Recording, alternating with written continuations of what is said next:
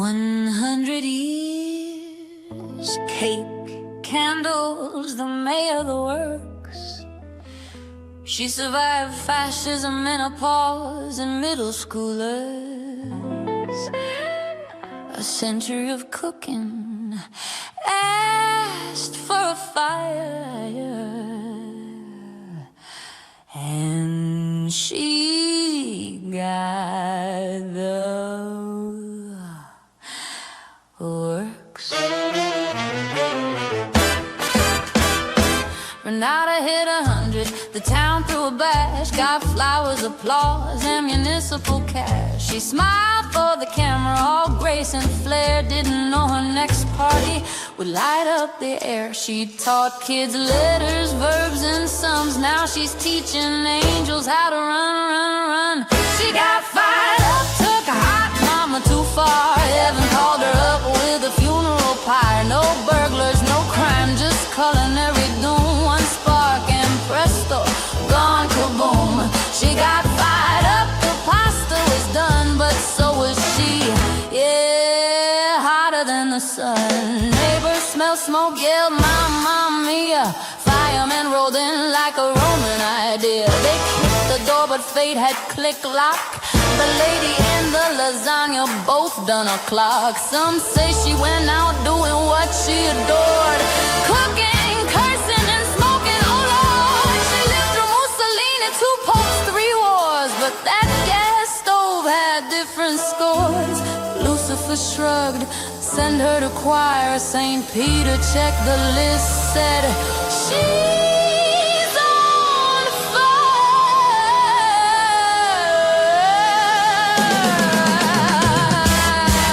She got fired up, no flame retardant gown, the hottest act in all of town. If fire need paid, she'd still be rich, 'cause life's crazy and fire's a bitch. She got fired up, went out in style, the devil applauded. Been a while.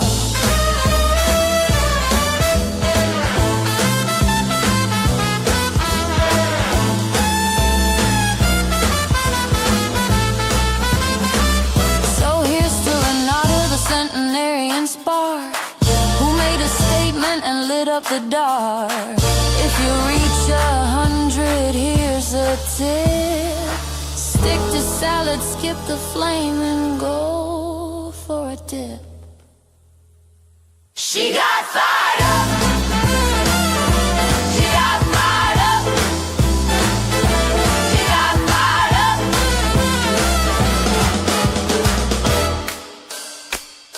She got fired up.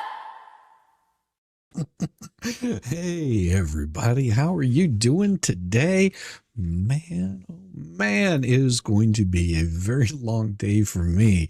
I've got a plan. Like all good plans, they all fall apart anyway.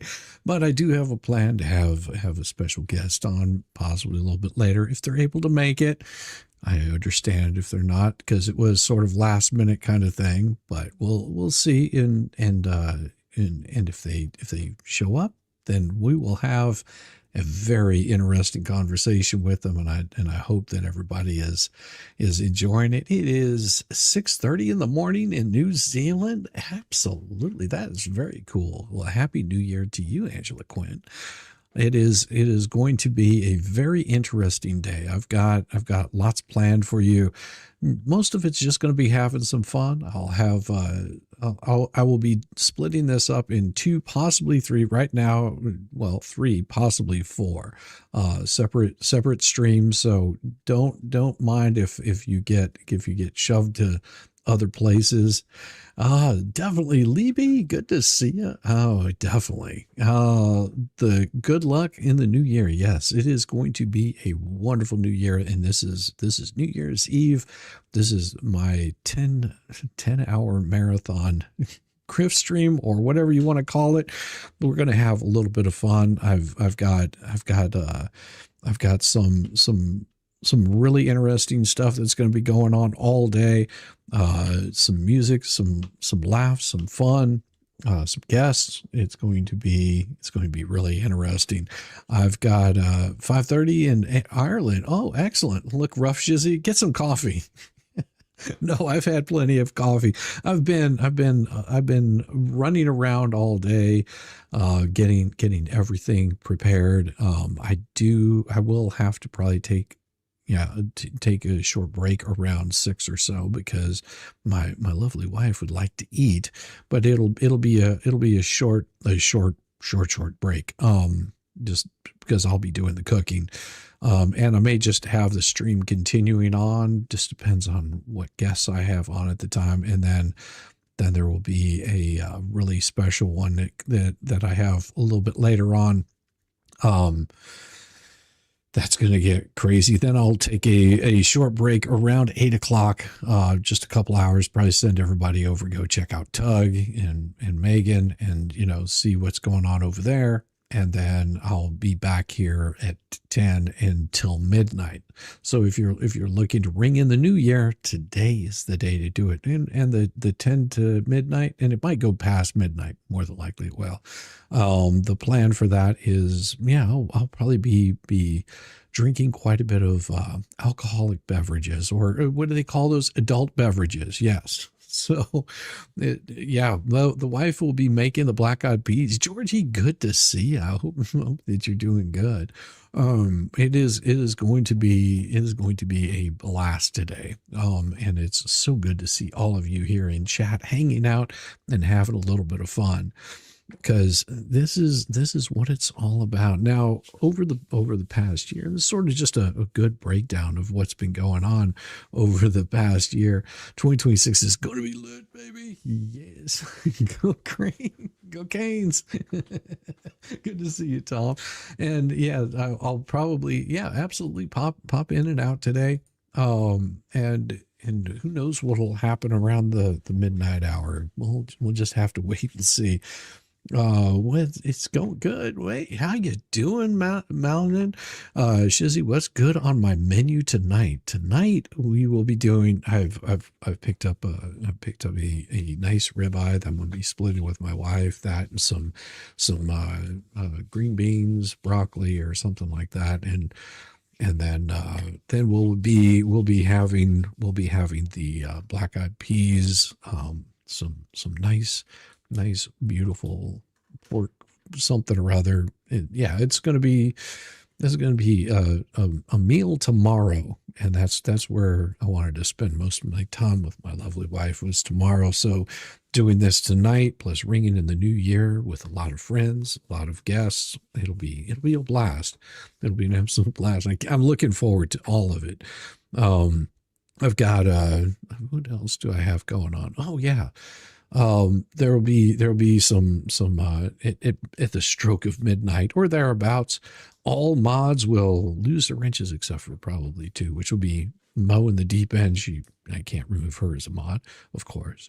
And then I'll also be keeping the Iron Rabbit, and then I'll probably be adding people as the year goes on. So don't feel bad if you lose your wrench. It happens. So, oh my gosh, it's going to be a blast. Maybe not. Oh yes, thank you so much. Maybe not. Definitely hit the like, subscribe, hit it all under the notifications, and yes, you'll get notified. But we had a very, very, very long day over the past. Yesterday was long for me. It was every bone in my body was hurting after that drive. I hate long drives. You're having ham, black-eyed peas, mashed potatoes, some salad. Yeah, my wife will be doing some collard greens. That's always good on to go in there. Put a little bit of the fat back in there, and that just tastes so good. You could add a NYD wrench for the Vegas area. Hey Raz, how you doing? Good to see you. Yes, I probably could do for the Vegas area. Probably easily do that. But yeah, this is today is just one of those chill kind of days. Nothing spectacular, but just having some fun with you, chat. You made turkey pot pie. Ooh, that sounds really good, Valley. That sounds really good. Like some turkey pot pie. Um, hey, how you doing, Twaddle? Twaddle, doing good. Twaddle Bomb, good to see you. Good to see you. And we've got our French Psycho here. Beautiful to see you, French Psycho. Wonderful, wonderful time. Ah, yes. And Anne, good to see you. Anne, see, good to see you. I'll make sure that I got, maybe not got, oh, there we go. MQ. I gave up on looking for salmon at the shops today, so we have roast chicken. What do you have for New Year's? We usually do a some sort of like maybe pork chop or pork tenderloin. It just depends on what my wife is interested in. And she said she wanted to do some pork chops, so it'll probably be with a little bit of lemon, and I think mushroom, like a mushroom sauce, which goes really good with that. And I think she's doing some sort of potato or something. I don't remember. But she's going to be cooking most of that. I'm going to do the rest of it, and that'll be a nice lunch or dinner. I've already had lunch, which is good because this could run long in the tooth, and I may end up extending this one out. I don't know. We'll see how things go. Happy New Year to you too, Heather. Good stuff. Good to see you. Also, Norma Stevens. Good New Year's to everyone also. And those that are on the other side of the planet, they are already enjoying a Happy New Year, and they are going to have a blast, I will say, an absolute blast. So today, as you know, that I create all kinds of fun, creative, and interesting music, and I wanted to say that there's a little band out there called Sugar Lime Blue. Really good people. They have some new recordings that have come out. Hope to have them on today, which would be absolutely wonderful. And we got House of Flux in the house. Happy New Year's, everyone, dudes. Yes, and hopefully House of Flux will be able to join us for the second half. That'll be great. Possibly Little D. I don't know if I sent Little D an invite, but yeah, I'll probably. You know what? I think what I will do is give a little bit of love to Little D there, and I'm positive I can hit her up on the Discord. That is always one of the easier things to do, and bring Little D up here. Let me see, where in the hell? There we go. There she is.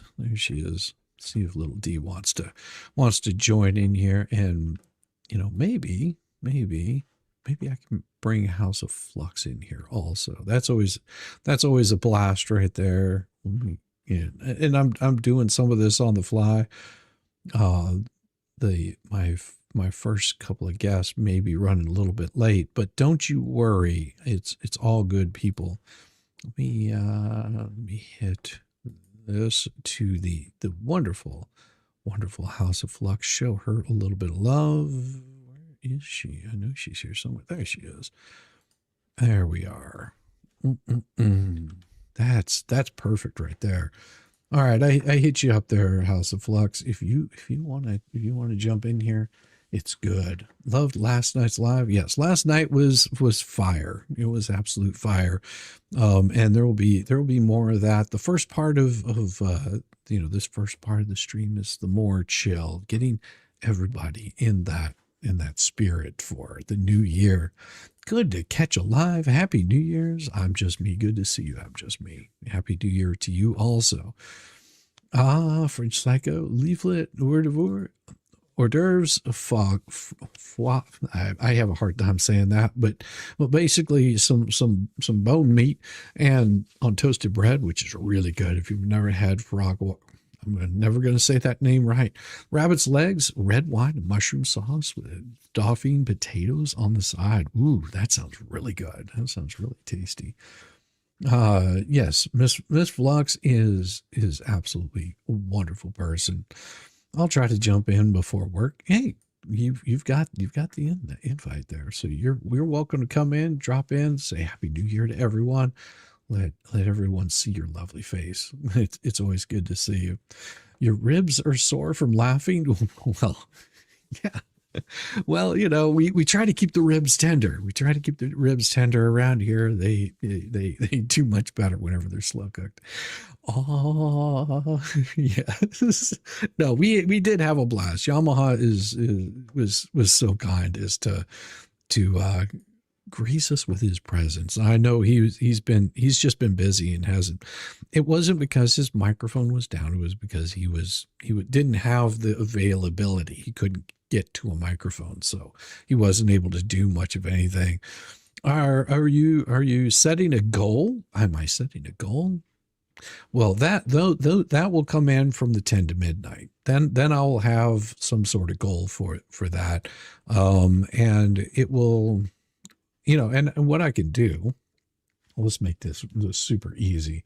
So we can keep track of it throughout all of the streams that go on today. What I'll do is for every, let's see, for every 5, let's make it for every 20 and memberships, gifted memberships, it'll be easy. For every 20 gifted memberships, and we will do a shot. How's that? And for every 100 raised, we'll do a shot. How's that? So we'll you know, if you're wanting to get in on the alcoholic beverages, the adult beverages at the end of the night, on the last part of it, last part of the stream is where I might do some nice drinking. And what I'll do is for every 20 gifted memberships, I'll mark one in there, and for every $100 raised, we'll do a nice, I better not do 100. You know, you guys will get me completely blasted on that. Yeah, we'll do it. We'll do it for 100. We'll have a nice, like smaller shot. How's that? Because I don't want to get too bad off.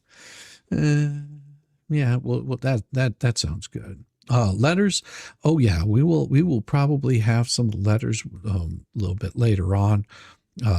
That'll be, those will be coming up. You know, I can't just, and it'll probably be some of the old ones. So you'll get a chance to hear those. Maybe my guests will join in on some of those. It's 1848 in Sweden. I think you mean 848, isn't it? Right. Oh, excellent. That'll be great. So, yeah, so there you go. See, maybe not's already hitting it right there. So I've got one right there, and we've also got, so maybe not's hitting it right off the bat. So I'll keep a tally of all this, so that way we can just do this all towards the last couple of hours. That's where we'll do all of the drinking. I'm not doing it right now because this will be a very short stream if I start doing drinks right in the middle of the day. And I like to be here for my guests, and that will be fun. But maybe not. Thank you so much for the $100 super chat. That is absolutely wonderful. So we've got 105 starting it out. So we will, whenever it hits that, I will get that all totaled up, and then we will commence to seeing how bad it gets, and if I can actually make it through to midnight. I may have to give someone access to shut down the stream if it doesn't work out that way. even though it's 5 o'clock somewhere, it's still early. Yeah, still just a little bit early. I mean, it is past noon. So, I mean, if I was a like really good alcoholic, then that wouldn't affect me any. What's my plan on drinking? Most likely, I will be having. Hold on, let me see what we got. Probably do some of the whistleback pig or whistle pig piggyback. I've got some nice nice rye that's beautiful. It's a nice, enjoyable, easy to drink. Already been opened, but yeah, do that for the shot. So it'll be fun. It'll be fun. I'll just be doing that, like I said, to ring in the new year. That's oh. It's going to be fun. No snail this year. My neighbor was supposed to provide me some of her own production, but left to test in family and forgot me. Ooh, that's awesome. Yeah, it's already 2026 there for you. I know it is. And happy New Year to you, Angela Quinn. I hope that you're having a beautiful, beautiful New Year. Yeah. Maybe not. It's going to get the shots going. Those will happen.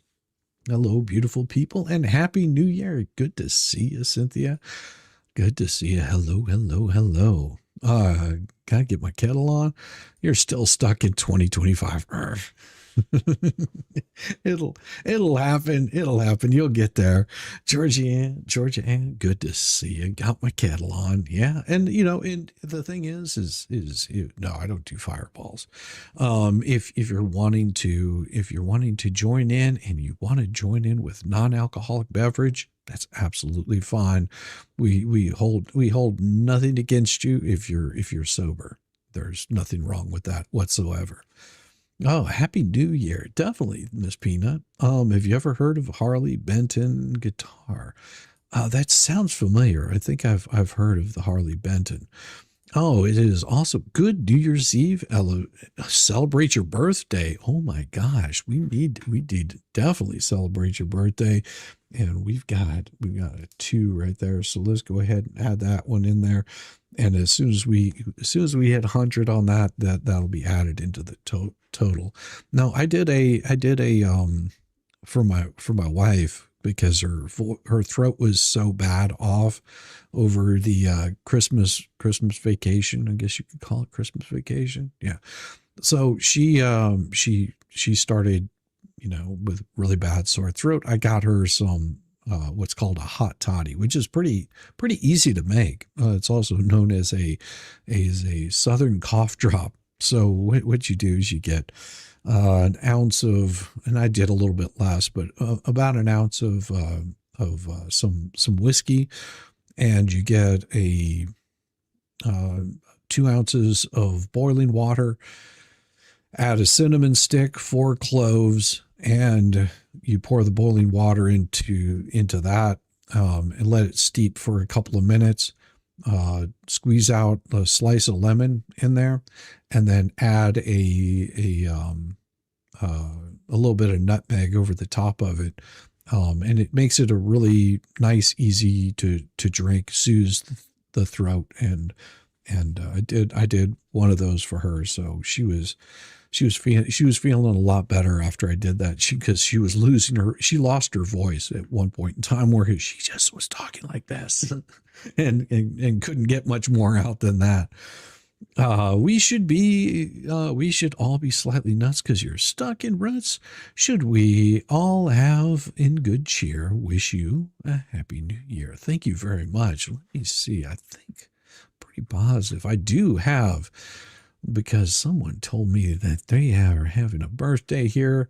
Let me find it real quick and we will get you that happy birthday. Most definitely. Here we go. Yes. Happy birthday to you. Happy birthday to you. Happy birthday, Denise. Happy birthday to you. Here we go. Happy birthday to you. to you. Happy birthday, happy birthday, happy birthday to you. Oh my gosh, should we all be slightly nuts? Raz, we are all always going to be slightly nuts. Sing it, Marilyn. Not even close. Not even close. Oh my gosh. Yes, it is. We need bingo cards. Yeah, I could probably see about getting some bingo cards. That would be pretty cool. Yes. Selling, yes, most definitely. So what I could do is probably get you some bingo cards, but it's always so much more fun to give you some really interesting little things and snippets and crazy stuff that I've found over the past year, because that's what we do here. we find the most asinine, craziest stuff that you've ever seen. Most of it will get you some sort of kick in the head from the YouTubes. So if I don't show you everything, there's a reason why I don't show you everything, because, well, we have to see how long it keeps our channel up and running without getting us completely demonetized, because, well, sometimes that happens. So we'll see if we can keep it from getting demonetized today. Where is it? Where is it? Now I have to go way back, because some of these have been on here for quite some time, and we can also give you a little bit of the New Zealand deck commercials and all kinds of crazy things that we have.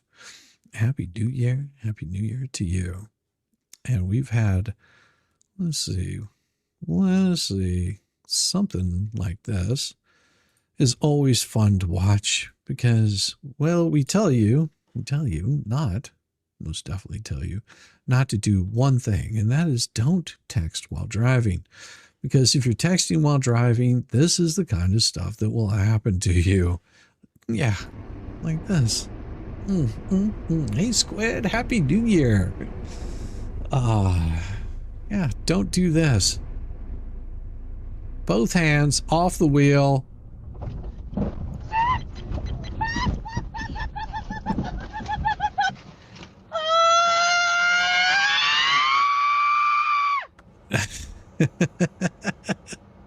Who do you think she blames it on? No, Kathy. That is not the way to do things. That is not the way to do things. Don't text and drive at the same time. Those kinds of bad things will happen to you. Oh my gosh. And some of these I'm having to remove, because they will just get me in all kinds of problems. Things like this. Things like this that get you in all kinds of, what? That's what you get for being dumb. Yes, absolutely. Here you go. Balança, rosto, balança, vai pra cá, pra lá, yeah. Aí. Você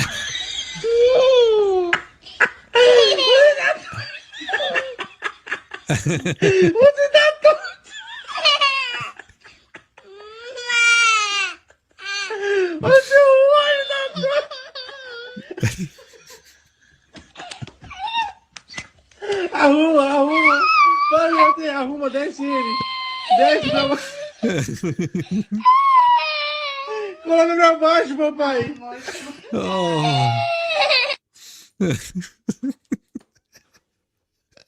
That poor little girl. She thinks her face is completely messed up. Oh. Oh, yes. Days like today, we find some of the most crazy stuff we can possibly find on the tubes. Yes. Let's see. We've got a glorious fly trap. Do you want to see the best fly trap ever made? Yeah. Hey, how you doing? Here is the most glorious fly trap ever made. The best fly trap ever made. Oof.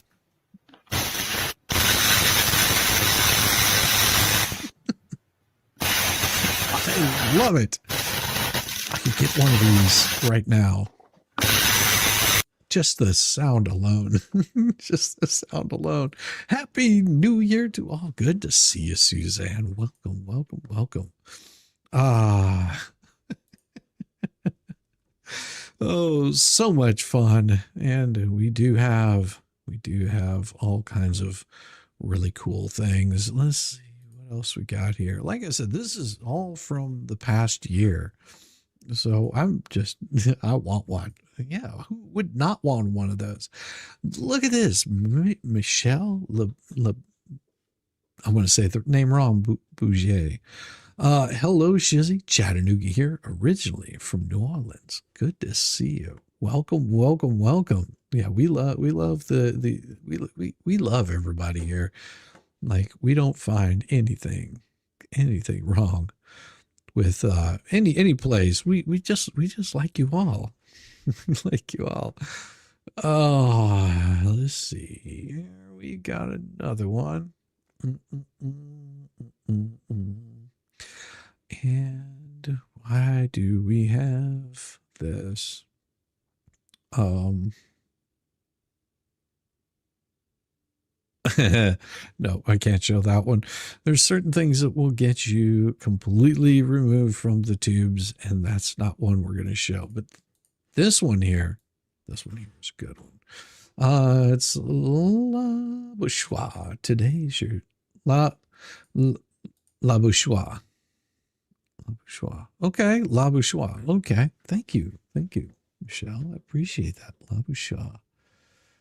That's wonderful. Squid Pro may be lost in translation. Man equals clever or aggressive when talking about cancer. But Happy New Year to you, the little one, and the whole family.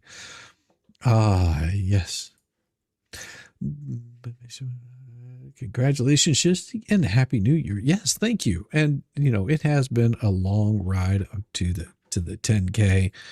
But the good thing is I've got some really good people that are there. Chat, you are included in that. Like this lady right here. This garage is bluer than my waffle. I'm gonna get canceled faster than Jimmy Kimmel. You know what goes great with a square house? A square car. I'm looking at you, Jeep Wrangler owners. I don't think this driveway is big enough to hold all 500,000 of your rubber duckies. Tell me, what was it like running to lunch like Naruto every day? Imagine spending $40,000 on an off-road vehicle that you literally never take off-road. Jeep owners are like, I would take my Jeep off-road all the time. These cabinets were actually made in Indonesia. By a child. When I was a kid, this is how I thought I would look coming down the stairs on my prom night, but this is how I actually looked. That's embarrassing. Hey, did you guys know that Jeep Wranglers automatically come with a Boy George CD? I think I'm really starting to like Jeep Wranglers. This is why old school realtors hate me. They're like, real estate is like serious business. You know what's serious business? The fact that your husband hasn't touched you in 5 years. Stop taking your anger out on me, Rebecca. I'm not the one who gave you zero personality. Why don't you go back to reorganizing your Pinterest boards instead of commenting on my videos? Anyway, that's enough about Rebecca. Do you think Jeep Wranglers come with a butt too? Share this with someone you know whose entire personality is the fact that they own a Jeep Wrangler.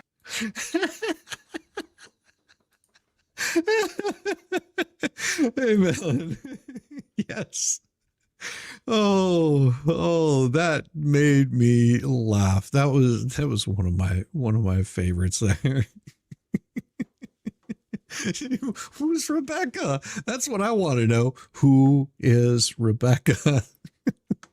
Don't know. But we also have funny animal videos like this.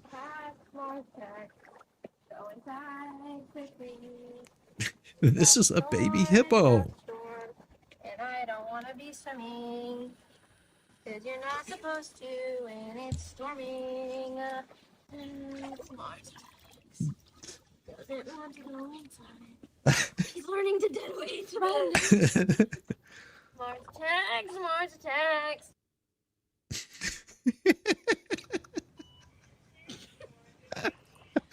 Oh. I almost fell in. Not at all. Is that what she sounds like? Everyone knows Rebecca. We don't see a photo after the That's right. It's such a storm. Look at me. Go inside. It's got to storm. Nice check. Don't find the scooter where your mom is. You're getting heavier. Heavier. Go inside. Outside. This is why you keep the socks on. Oh, Could use a bleach. gosh. She's just like, oh, the heck with it. Nope. Ah. Oh, when my brother lived in Colorado, he drove a Jeep all over the mountains. I went once and I was traumatized by the time we were done. Well, when I was in the military, we had the Jeeps, and they were doing extensions on the axles to widen them out because they were having problems with them flipping. So that was before the Humvees. The Humvees were phasing the old Jeeps out and coming in with the Humvees. All right, Shizzy, and happy New Year's. Definitely happy New Year's to you too, my 4 sons. So good to see you. Shizzy is daddy, and he's very accepting of all of us. We can put him on replay if he goes for milk and never comes home again. Milk and cigarettes. Like, where did he go? Like, I have no idea where Shizzy went. He went for milk and cigarettes, and he came back like 10 years later. It was, I don't understand what's wrong with him.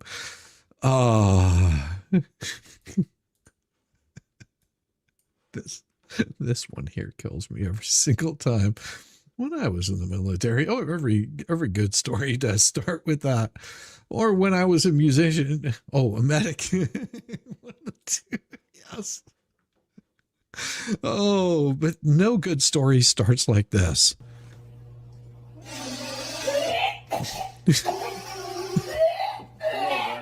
Oh my gosh, stop. Oh my gosh, stop. Before I cut open all these gag sticks, and you guess what I'm gonna be doing?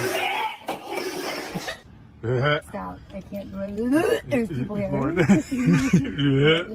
There's people here. There it is. I'm not doing it. I'm not doing it. Get out. Get out. The bag. Continue your story. I was cleaning. Yeah. Don't do it. Don't videotape me.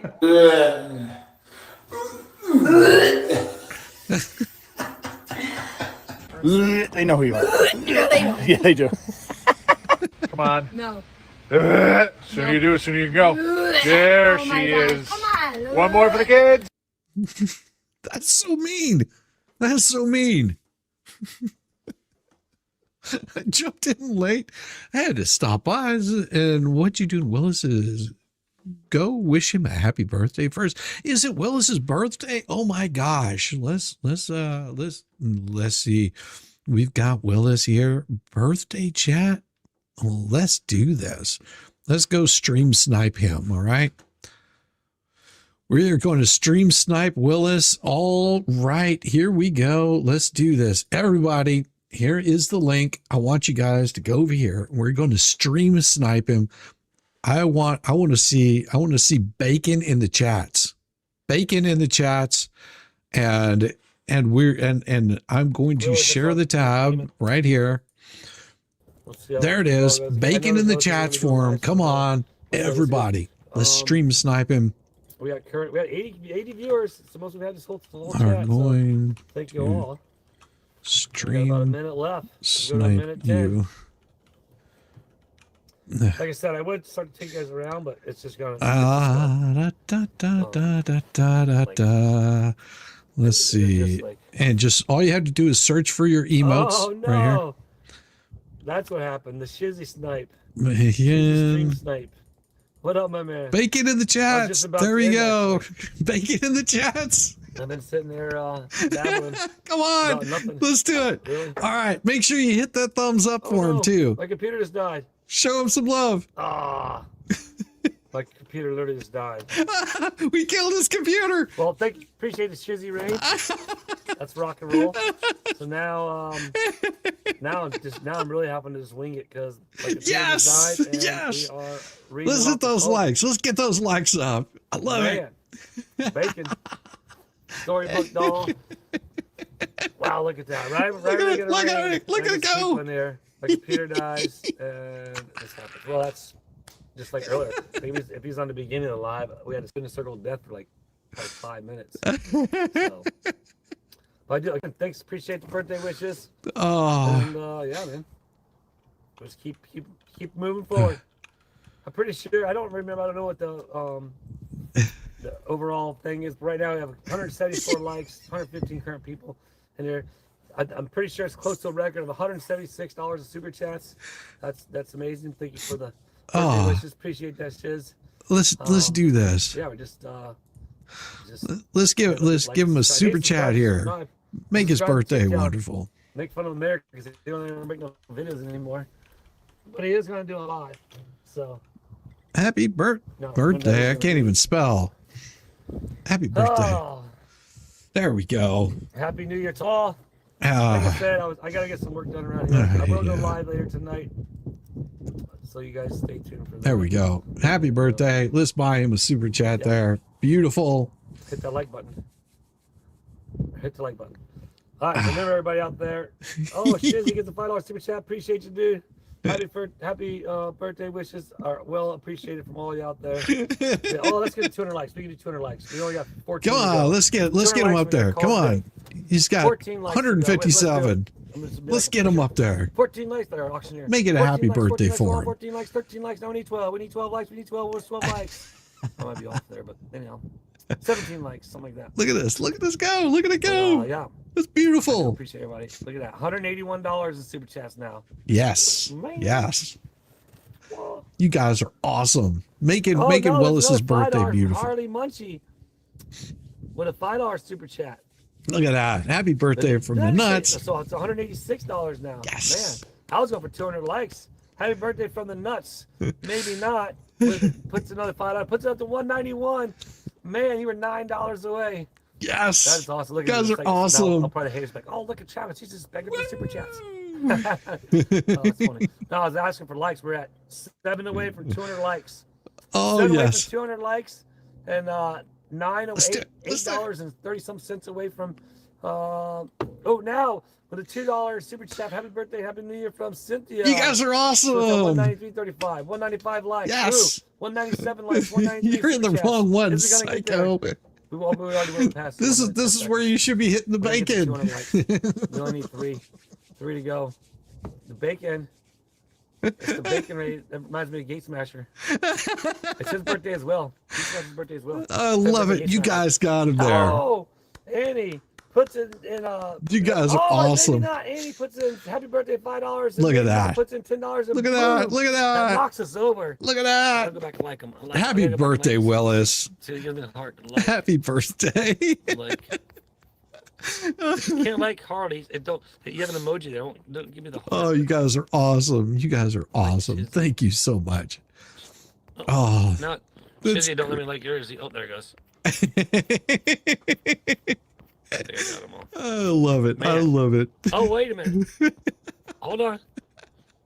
Catley comes in with a $10. Did I miss another one? You guys are great. You guys are 200. great. Oh, and then Susan. Happy birthday, Shizzy Raider. I'm getting lost here. The Bonnie with a $4.99. I'm going back and look them. And then 9 pin bowling. Oh. Wow. I can't keep up with you guys. You guys are awesome. Thanks, guys. Thanks. Look, every time I That's move, like, awesome. the way the chats are, it looks Oh like my it's gosh, a you guys blue are wrap mark up and down. absolutely great. That was beautiful. That was beautiful. I love making people's days. I really love it. That is so good to see. You guys are great. You guys are so great. Thank you for that. That made it so wonderful. Willis is good people. He stays away from the drama llama stuff, and that's why we show him all God's love, especially for his birthday. It's always good to see him. Always good to see him, and he does the work. He does the work of the Lord. Absolutely, Susie Q. That was great. That is spreading the love. That's right there is what it is all about. Spreading that love around and making it enjoyable for everybody. No problem, Blue Amaryllis. I love the name. Thanks for dropping in. Wish Travis a happy birthday. That was fun. Yes, Travis is awesome. Awesome. Such a great gift. Hey, I do what I can. I do what I can when I can. That was definitely worth it. Oh, that was so wonderful. Thank you guys for doing that. That made my day. That made my day. And I hope that he has a wonderful birthday. Just, Travis is such good people. He's such good people. Hey, it's all about having a little bit of fun here. I mean, I can't always hit every single person, but sometimes I'm able to. Oh my gosh, guess what else? We've got another one. We've got another one that we're going to have to stream snipe also. $5 billion investment. Oh yeah, America's kids. Let's stream snipe someone else. Next year, every American child. Yes, here we go. That's really This is Rosalind. We've seen what happens. Let's give when her. a child gets even a small financial head start. Let's do this. Their world Copy. expand. Let's see. Okay, I don't want to be All that right, conspiracy let's stream theorist, snipe but like her. this What's is supposed to be the Stream same person. sniping. Come on, Stream guys. sniping This Rosalind. is allegedly Let's get her. Susan Dell. She is the wife Let's of get Michael her Dell. with They are founders of the Dell with some Foundation, bacon who also. donated the largest amount of all that money money, to you the think Trump you'd be able Fund, which to allegedly afford gives every newborn better baby plastic Let's do it. their first investment. Let's But do now it. that Let's get her Christmas some is over, bacon. Everybody's Bacon in the chat. making these tweets and Facebook posts Let's do about it. New Year, New Me. Shut up. You're still on meth, Cheryl. And this chick in her Cookie Shizzy. Monster pajamas smoking some Marlboro talking about New Year, New Me. Listen, the only thing new for you this year is a new baby and a brand new baby daddy. She the type of chick to have 4 kids and 5 different baby daddies. How does that happen? She don't even know. They're her best friend talking about how 2018 won't turn. We can tell. This is Take a where you picture need to of go. last Here's year, put it the together with a link. picture of Here's this the link. This looking is like a this is before where and you after go and picture like throw you in see on bacon the in the walls chat of high room school. for her. Before and after bath salts. But now that Christmas is over, everybody's Let's also making hit these that thumbs tweets up. and Show her some Facebook love. posts. I love it. Please welcome your host. I remember if I the showed this Bolognese of with you Dan guys Cox. before.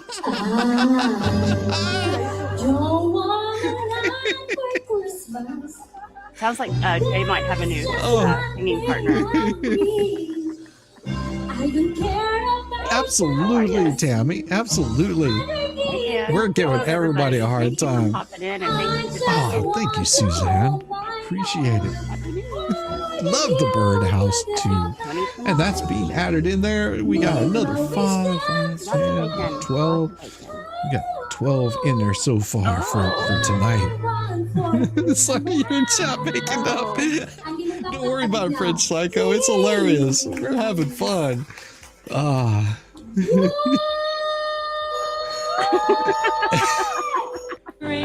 What you hate and what you love and what you have. Oh my gosh.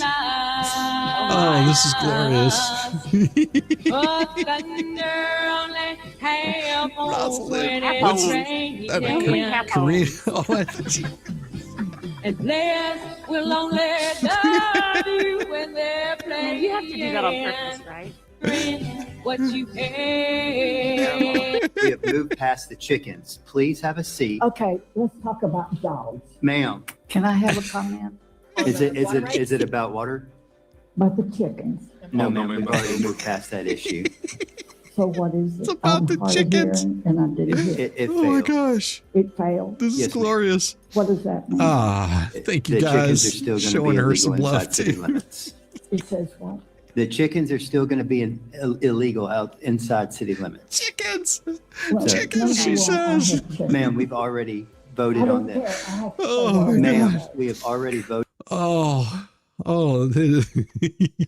This is always too much fun.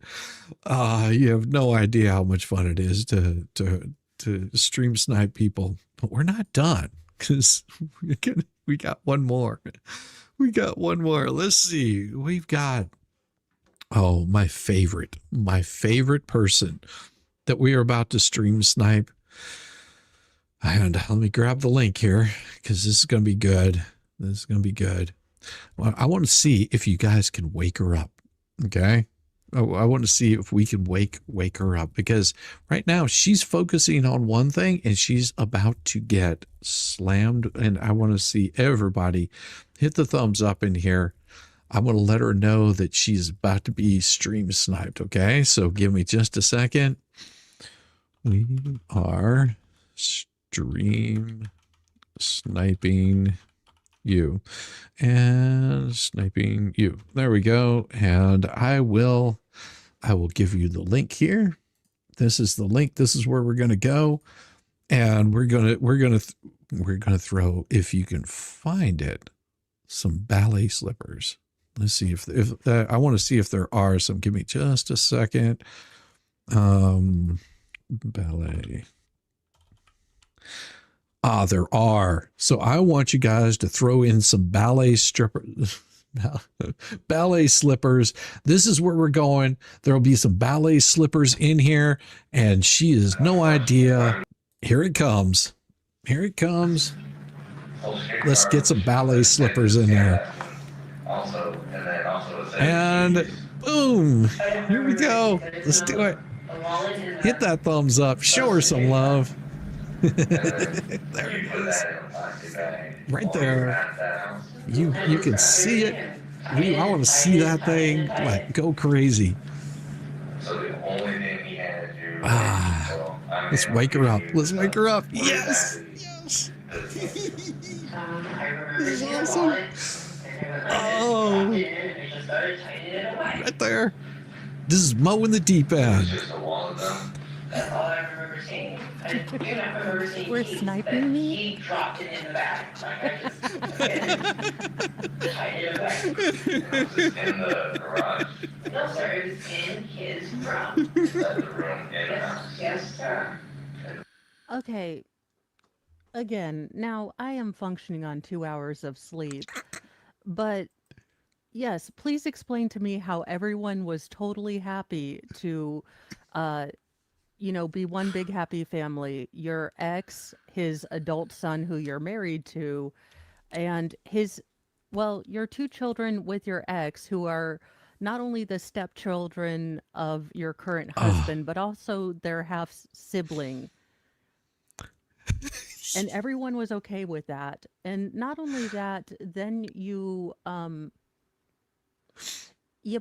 took all the evidence and left it. I love it. Thank you guys. Thank you guys. This will make her day. I love making Mo's day. And then he also said, make sure the guns are safe. And you didn't take me out. Awesome. So I carried on. Detective, was this? Yeah, she's watching an actual court case, and look at that. Look at that. Maybe not. Thank you so much. Maybe not for the $2 super chat to Mo in the deep end. I saw that come rolling in, and here I'll mute it down so you can see. Maybe not. Thank you guys. Thank you so much. Yes, she is absolutely wonderful people, and she will probably be on later tonight. It'll be great. It'll be great to see her. It'll be great to see her. Oh my gosh, it is so wonderful. Yes, and Mo will be joining us later. Yes, she will. She's awesome. What was she saying? Oh, Our in 5 different parts. I love you Those guys. I represent love you what guys. we, This then makes will- my day. This really does make my day. She is such a sweetheart. Rogu Mama, how are you? How are you? Now you'll probably have to bother Jay. I think I have your email address. But I'd like you to come on this evening, for the 10 o'clock show. I don't know if we'll actually get to derail Mo. She's unwavered. She's unwavered. All you have to do is type in ballet. That's it. BALLNET. I think that's right. And that'll show you where the slippers are. And I missed it all. Miss Peanut. Oh, don't worry. We're having fun. We're having fun. We're just out here raising 9 kinds of hell. I mean, you guys hit that so well. Let me look at that. Look at that. I mean, she just is so good. She's so good, man. I think that Mo is one of the best, if not the best. I think she's seriously undersubbed. I'd like to see her hit that 10,000 mark. She's at 577 now, and she's just growing. Not yet, buddy. Oh, still bacon? No, we did ballet. We did ballet slippers, but if you threw bacon in there, she would love it anyhow. She loves us. She thinks we're fun. She thinks we're fun. We do have some interesting stuff. And speaking of really interesting stuff, I played a song last night, but this is one that I've been working on. I want you guys to tell me what you think. This is for the helmet that retired.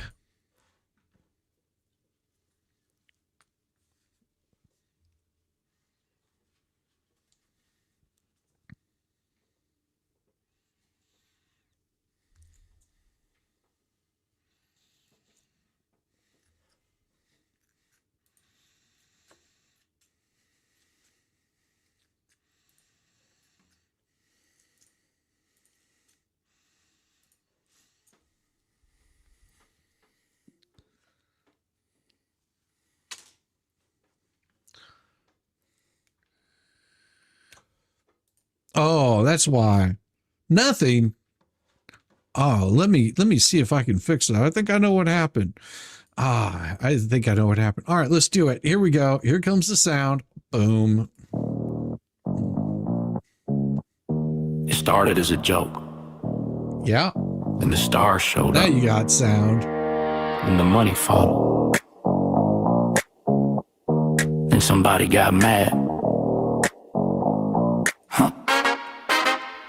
Cheap plastic dome, 0 grand design.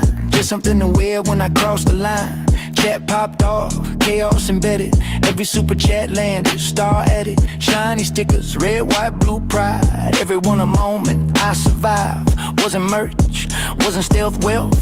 It was a running tally on my helm. No, those stars weren't flex, weren't ego fell. They were thanks for saying it, nailed to the shell. Didn't buy silence, didn't buy guilt.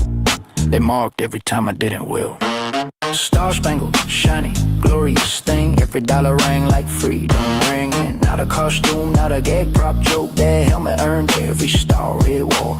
Heat came, jokes came, nothing melted it. The chat anointed the helmet. Then the mission ended. Purpose fulfilled, helmet stood tall, didn't but real. Didn't shrine it, didn't hoard the myth. Gave it away, so good could live. Auction went live, numbers climb. Turns out memory appreciates with time. I lean back like, let it sail. Didn't know I started a war with the helmet. Same auction, same damn night, making center panty hamster. Wild little sight, sarcasm signed, a banana clean elite. Comedy royalty, internet heat, respect to both, no shade implied. Then the biz rolled in and changed the vibe. The helmet outsold them. Combined. You can't beat the helmet. You can't beat the helmet. You can't beat the helmet.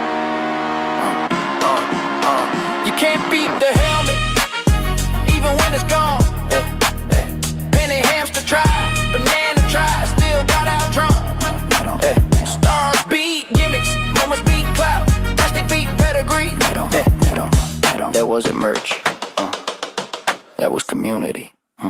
Tone shifted quick, smiles went tight, jokes got louder, jokes got sharp. Now there's talk, topping the feet, making declared war. Headline heat, but you can't recreate earned absurdity. You can't bottle lightning stupidity. They swing now, trying to fell it, but they're fighting the ghost of a helmet. Cause value wasn't name or fame, it was shared chaos. Dumb courage, brain damage, you can't sign that, you can't fake that. You had to be there to make that. Can't beat the helmet, not with shine, not with art.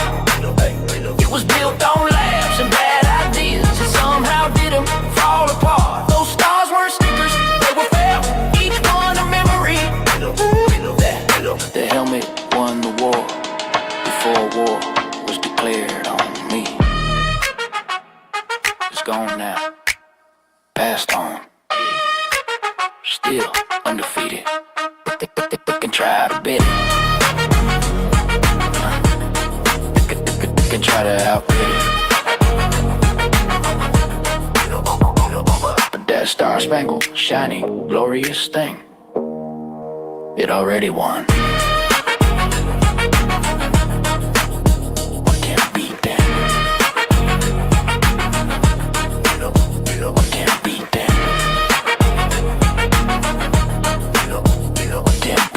Helmet. It didn't start as armor. Ah, yes, that was beautiful. That was about the helmet. Happy New Year, Aussie. Yes, yes. I've got something else I wanted to, and I thought about this, and we'll see if this changes everything. It doesn't. But do have some cool videos for you, and it is going to be awesome. Let me see if we can get this to do what I want it to. We'll see.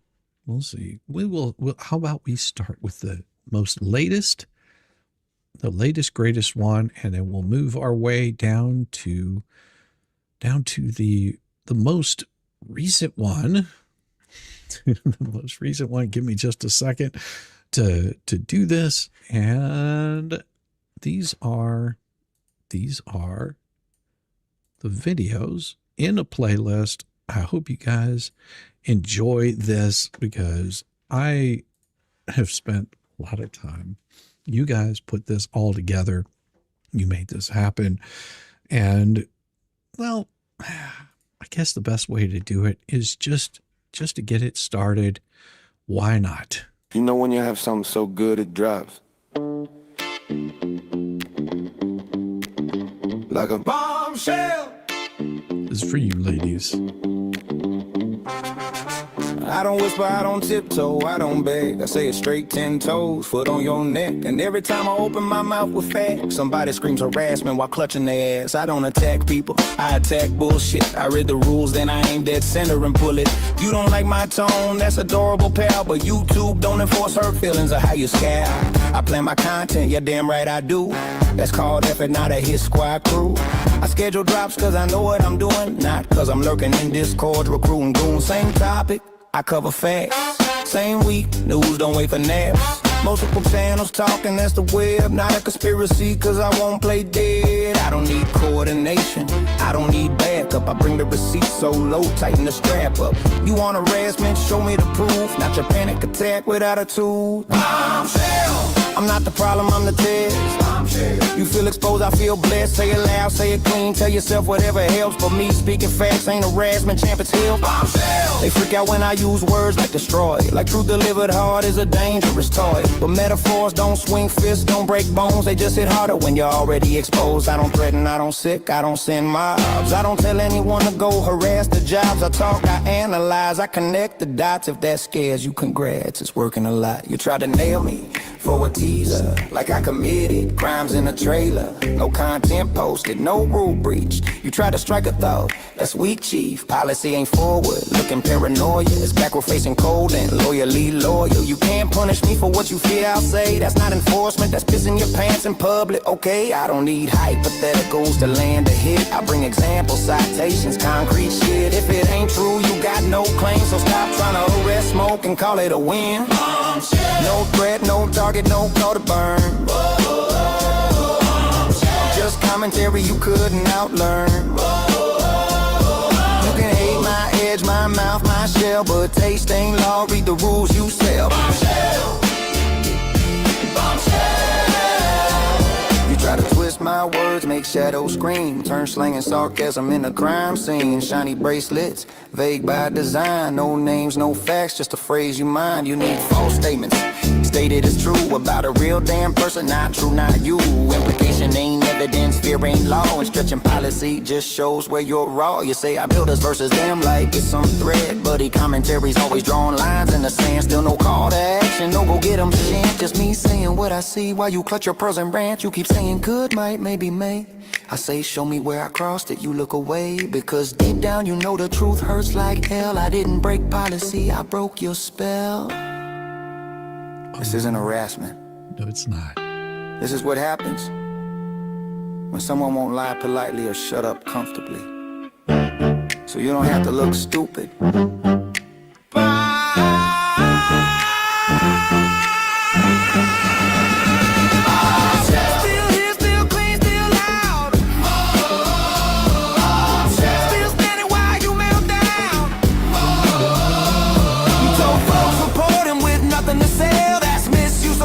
Do better or yeah, style ain't sin, backbone ain't crime. Being facts, you panic in time. No evidence, no breach, no bail, just me. And you? Still mad about it? Oh, yes. I read the policy. I followed it. You just don't like that I did it louder than you. So sit your fat ass down before I drop another bombshell. Oh, yeah. Look at that. But what I got to show you guys now is this. Breaking news. Woman arrested for 1,000 stolen hearts.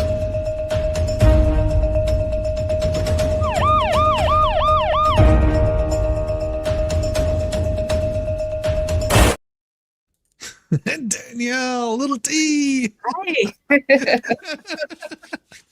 How are we doing? Oh, it's so good to see you, little D. It's good to see you too, Shizzy. It's been way too long. And Yeah, I in know. in case you guys don't notice, she's got a Black Flag t-shirt on. She is punk rock.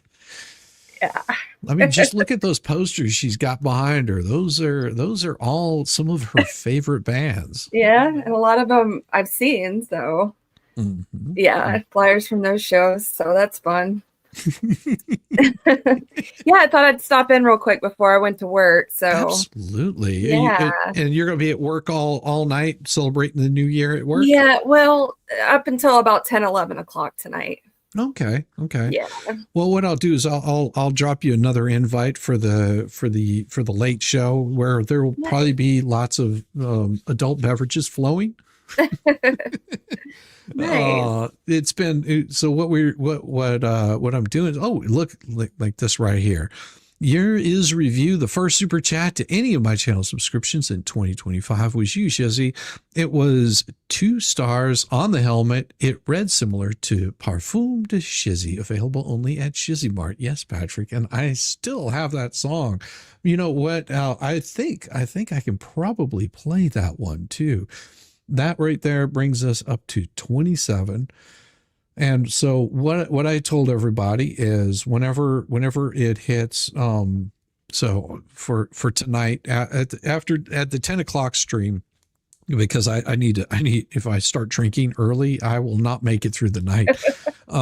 So what I'm doing for every $100 raised in super chats will be a shot. For every 20 gifted membership ships. I almost said shits. For every gift, 20 gifted memberships, will be a shot.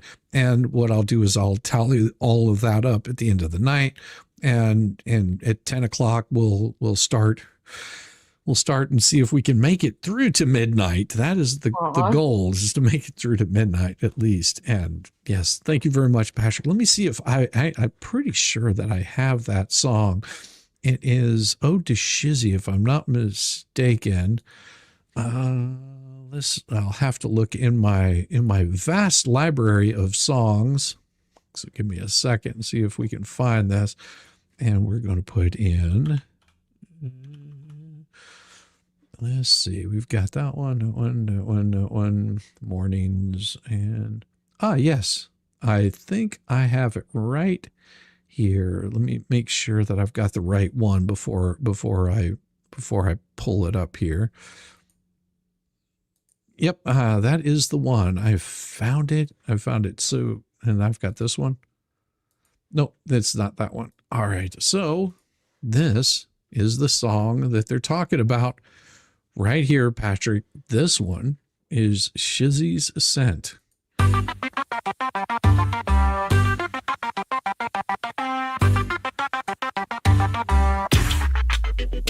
In the evening glow, your presence fills the air, a fragrance so divine, whispers everywhere, notes of Kentucky bourbon, rich and warm embrace, hints of roasted nuts lingering in your face. Oh, Shizzy scent, it takes me higher, smells like bourbon nights and sweet desires, every breath a journey, every scent a fire.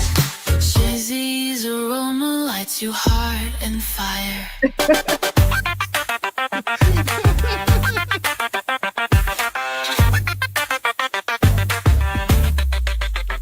Golden amber pours like whiskey in a glass, velvet smooth and sweet, moments meant to last.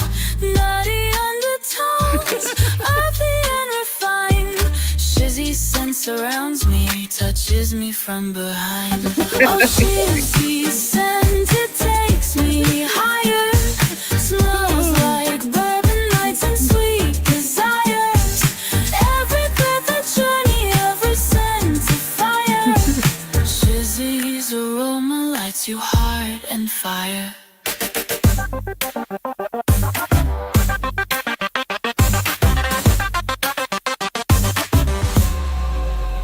Close your eyes and breathe it in, juices flow, bourbon, oh the nuts, an afterglow, in every drop, a scent so true, Shizzy's nuts, always there on you.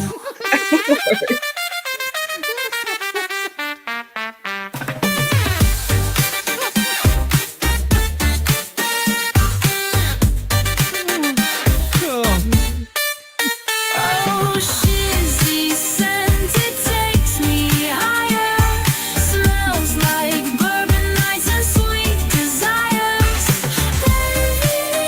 every scent lights my fire. Shizzy's nuts satisfies that desire. Shizzy, oh Shizzy, the scent I adore.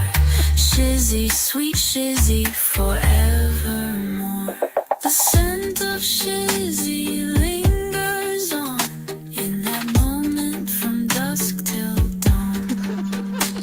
Kentucky bourbon, that's fine. Shizzy's nuts, always mine.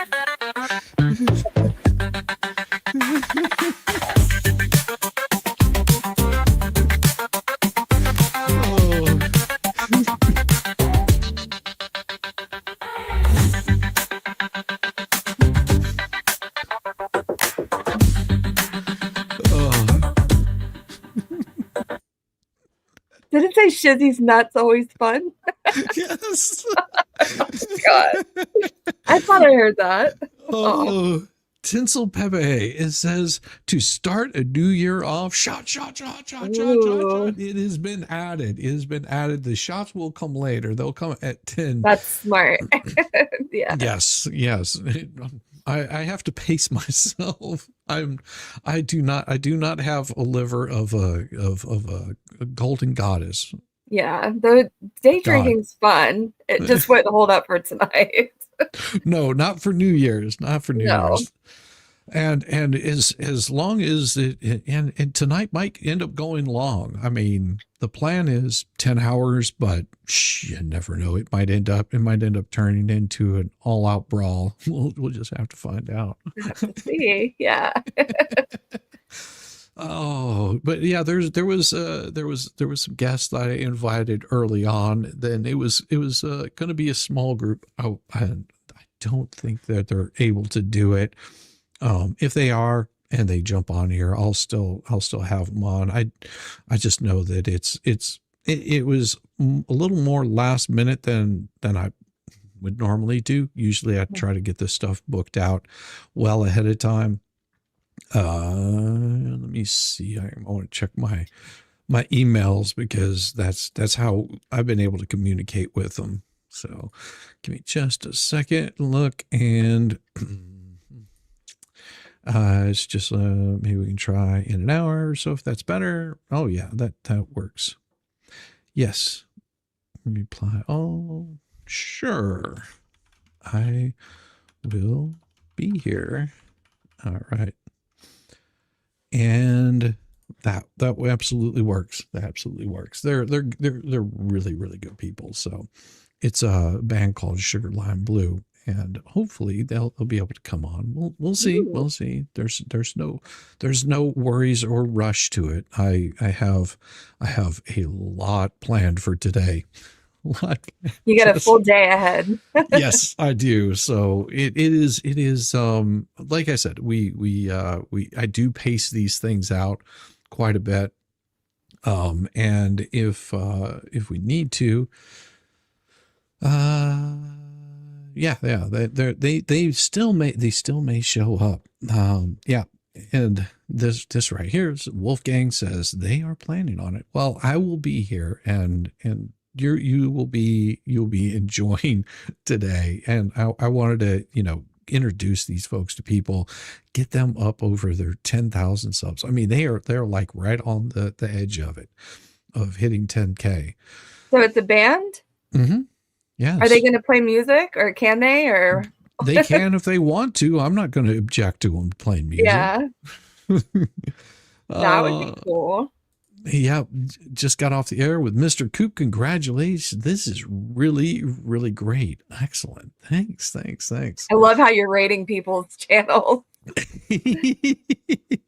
to see their reactions are priceless. I know. Oh, Willis was awesome. He was just like, whoa, what just happened? Is that the one where you sent the bacon? Yeah. Yeah. And was his birthday today? Yes, today was his birthday. That's a nice little surprise. Hey, and people gave him super chats and got him. I saw that. Yeah. Up over. I mean, a good celebration is what I love seeing.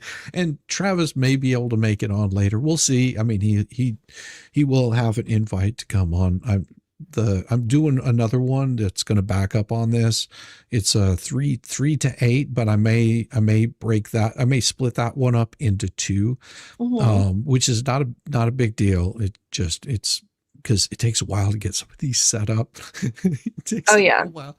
And this one is the only one that you're going to see on Rumble. The rest of them will be, well, maybe not the final one, the late night one, but the middle one, that's not going to be on Rumble. It might be on X and Kick, or maybe I'll put it on Twitch. I don't know, one of those, but we'll figure it out. I'm just, because Rumble takes so much time to actually set it up that I just can't get all of them. Oh my gosh. But yeah, it's good to see you, Kevin. I hope you're doing well. But yeah, so, and I've already been told that I can play some of their stuff on here, and usually it's not that I have problems doing that. It's just sometimes if it's got one of those copyright things on there, it'll like shut my channel down. I think I won't have any choice in it, and the other people don't have any choice in it either. So if they come on and they want to play their music, I'll let them do that. Fun. And if they're on here, I can easily pull up their stuff off their channel and bring it up. There was one in here that was so much fun, and I think I have it in here, which was I wanted to see if it's still in here. That was, yes, it was this particular song right here. And let me share this tab instead so I can show you guys. Now, back in 2024, I think I wrote this towards the end of 2024. It was this right here that was called Shake Out a Dance. And now I didn't make the video, but I did assemble it. It's this one right here. Nice.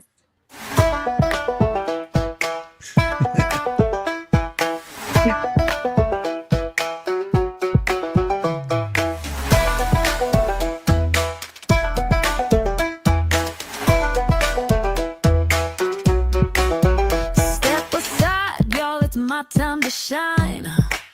I'm feeling the groove with these hips of mine. Hands in the air like spaghetti gone rogue. My knees are jelly and my hips just broke. Shaking it, breaking it, what a blast. Wobble it, wiggle it, shake that ass. Do a jig or a jog, wiggle it to the side, or break that hip bone by moving your ass. Step up or stand aside. My shoulders pop like a rusty hinge. My fingers point like they're on a binge. Twirl like a tornado, then drop real low. It's not playing, this guy has so much fun. Sideshow. I love it. I've got the rhythm of a clock that's broke. I love this guy. My dance floor moves are a big effing joke. Shaking it, breaking it, what a blast. Wobble it, wiggle it, shake that ass. Do a jig or a jog, wiggle it to the side, or break that hip bone by moving your ass. Step up or stand aside.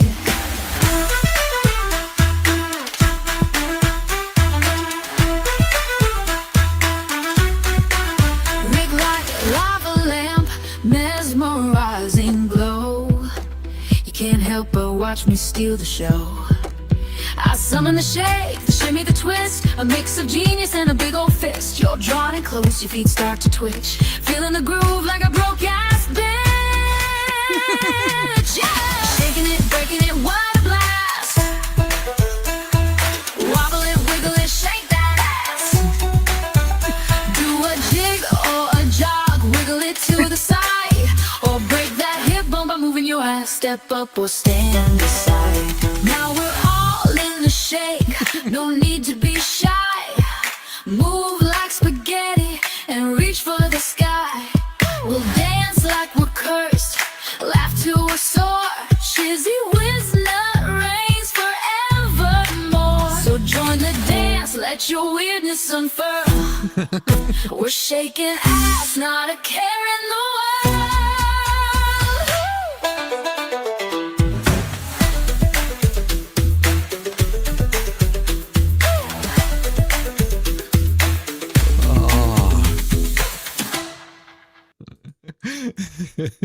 You know what I've become obsessed with is people dancing in Walmart. Like they show those reels. Yes. They go through the door and they just take over and they get other people to start dancing with them. It puts me in the best mood. Like It I'm not does. obsessed with those reels. Well, and it's always amazing that people get all concerned like, oh, YouTube, and there's all this drama and horrible stuff, but there's also some really good stuff on the YouTubes that is, it's fun. It's good. Wind away from all the craziness. Yeah, and even Wolfgang is sitting there going, Yeah. "Yes, those are fun." Those are man," you so know. great. Yeah. They always put like, and you know, it's the it, and who was I talking to? I don't remember. It might have been expert that I was talking to, and he was just like, I mean, you know, it might not have been, but they said, do you think AI music will end up taking over the music industry because it's going to get so good? And Yeah. I was like, no, I don't think it will, because No, I don't think so either. people like that interaction. They like to go to the show and interact Yeah. with real people that are performing the music for real. You know, it's not just some pre-programmed algorithm. As much as it sounds and fun and good, you know, that you can't beat going and seeing Led Zeppelin. You're never going to be able to beat seeing the Doors live. Because Yeah. you'll never see that again. You know, all of that. There's nothing like those experiences. And when you grow up with music, you know, Right. you form a certain bond to it, and it's like nothing can replace that feeling of going to a show or even meeting one of your favorite bands, or, you know. So I don't see AI like dominating that. No. No, it's always fun and entertaining, and you know, might put you in a good mood and Sure. put you in that place. But I still think that having the real musicians is where it really lies. Yeah. Well, thank God for the, you know, it's safe for YouTube, you know, the stuff that they got out now that you're able to play, which is fun. Well, and you know, Wolfgang is, you know, making a point that attendance is down for live music, sadly. But see, here's the thing: and this is why I wish that they would allow people to oversaturate with AI music, because it's like the oversaturation of all of the glam bands back in the 80s. Like, it became so, almost all the bands sounded so much alike that whenever you had bands like Pearl Jam and Sonic Youth and you know, Nirvana, this is, you know, Alice in Chains, all these bands, Stone Temple Pilots, you know, it was the grunge scene, because people were so sick of the prepackaged, everybody looks the same, everybody's wearing the spandex. You know, you had a few bands that survived out of that, like Motley Crue, and, you know, I'm trying to think, you know, like there was a couple of bands that survived out of that, you know, and you know, Guns N' Roses, you know, because they were a glam band until they sort of changed up, you know, pretty early on. Yeah. But you saw the glam bands just disappear because it was oversaturated. And people were craving that music that had a different feel to it. And that's what really took off with the big hair bands. That's what took off with all of the, you know, the grunge era. Yeah. The grunge era was beautiful. Oh yeah. I'm so happy I lived through that. Not lived through it, but like that I was a part of it, you know. Right. Well, and survived it. Yeah, Def Leppard, they made it through all also. But like I said, there was a lot of bands that didn't. You had, what was it, Cinderella and Rat, I mean, the Scorpions. I mean, they had a few good songs, but there was so much out there that once you got past all of that, you started seeing some really good stuff. I mean, and one thing that always sticks in my head, there was a guy that ran a tie-dye shop down on the corner of Hollywood and Vine in the Taft building. He had a little building there.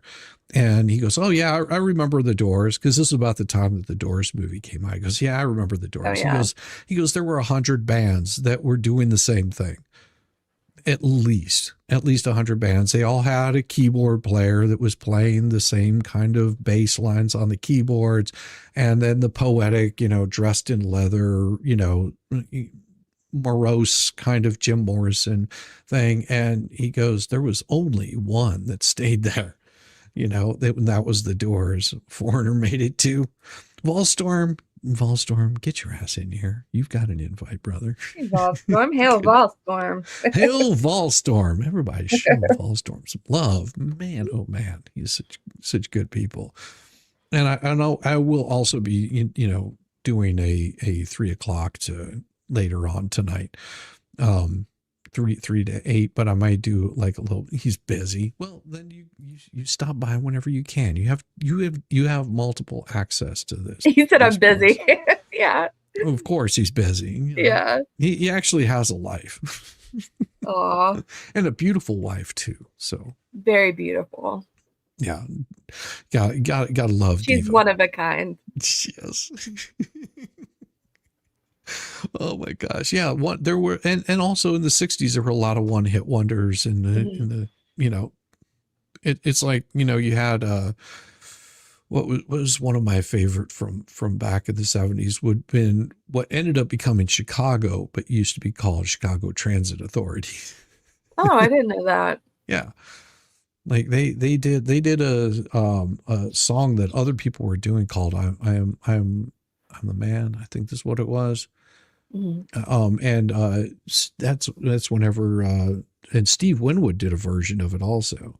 But I love the one-hit wonders. Yeah. Like, especially of the 90s. Oh God. There was so many good ones. Too many to name. There was, let's see, that one of them that came out in the 90s. Well, they might have gotten signed in the 80s. Was the Bullet Boys. And it was they did a version of, oh God, what was the name of it? I can't think of the name of the band that originally did it. But it was For the Love of Money, and it was they did it justice. They did a good job of it. Congratulations on the 10K. Well, definitely. Yeah, Led Zeppelin. Chicago was no one-hit wonder. No, they were not. No, they were not by a long means. they were actually they had quite a few. But yeah, in the 90s there were a lot of bands that did the one-hit wonders. They might have had other ones that did good, but you'll only remember them for like one or two songs. Yeah. What was that? Crash Test Dummies? Remember them? Oh God, yeah. Oh God. You did that humming song. I love that song. I was like, this song is awesome. Oh, you were a Rare Earth fan too. It wasn't Rare Earth. It was gosh. I could tell you the name of it, but I just can't remember. I listened to so much variations of music and different types of music. My wife and some of her friends, they put together a playlist that they can only access, and all it is cover songs done by other bands. So they've got stuff in there that's like Jane's Addiction. Oh, not Jane's Addiction. Doing Sympathy for the Devil. And then you've got, I mean, it's things like that. And what was it the other night? I was like, well, you could also throw in some Bob Dylan in there, because you got Jimi Hendrix that did All Along the Watchtower. That was Bob Dylan. And she was like, oh my gosh. And so like 90% of the songs and she hit more of them than anybody else did. She was just like, holy cow, we've got an insane amount. 30 minutes of get ready.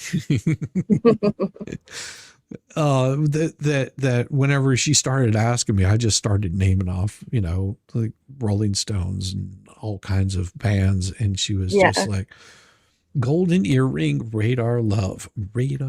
I've covered that song. That was one that we always enjoyed playing. It's a fun little bass line.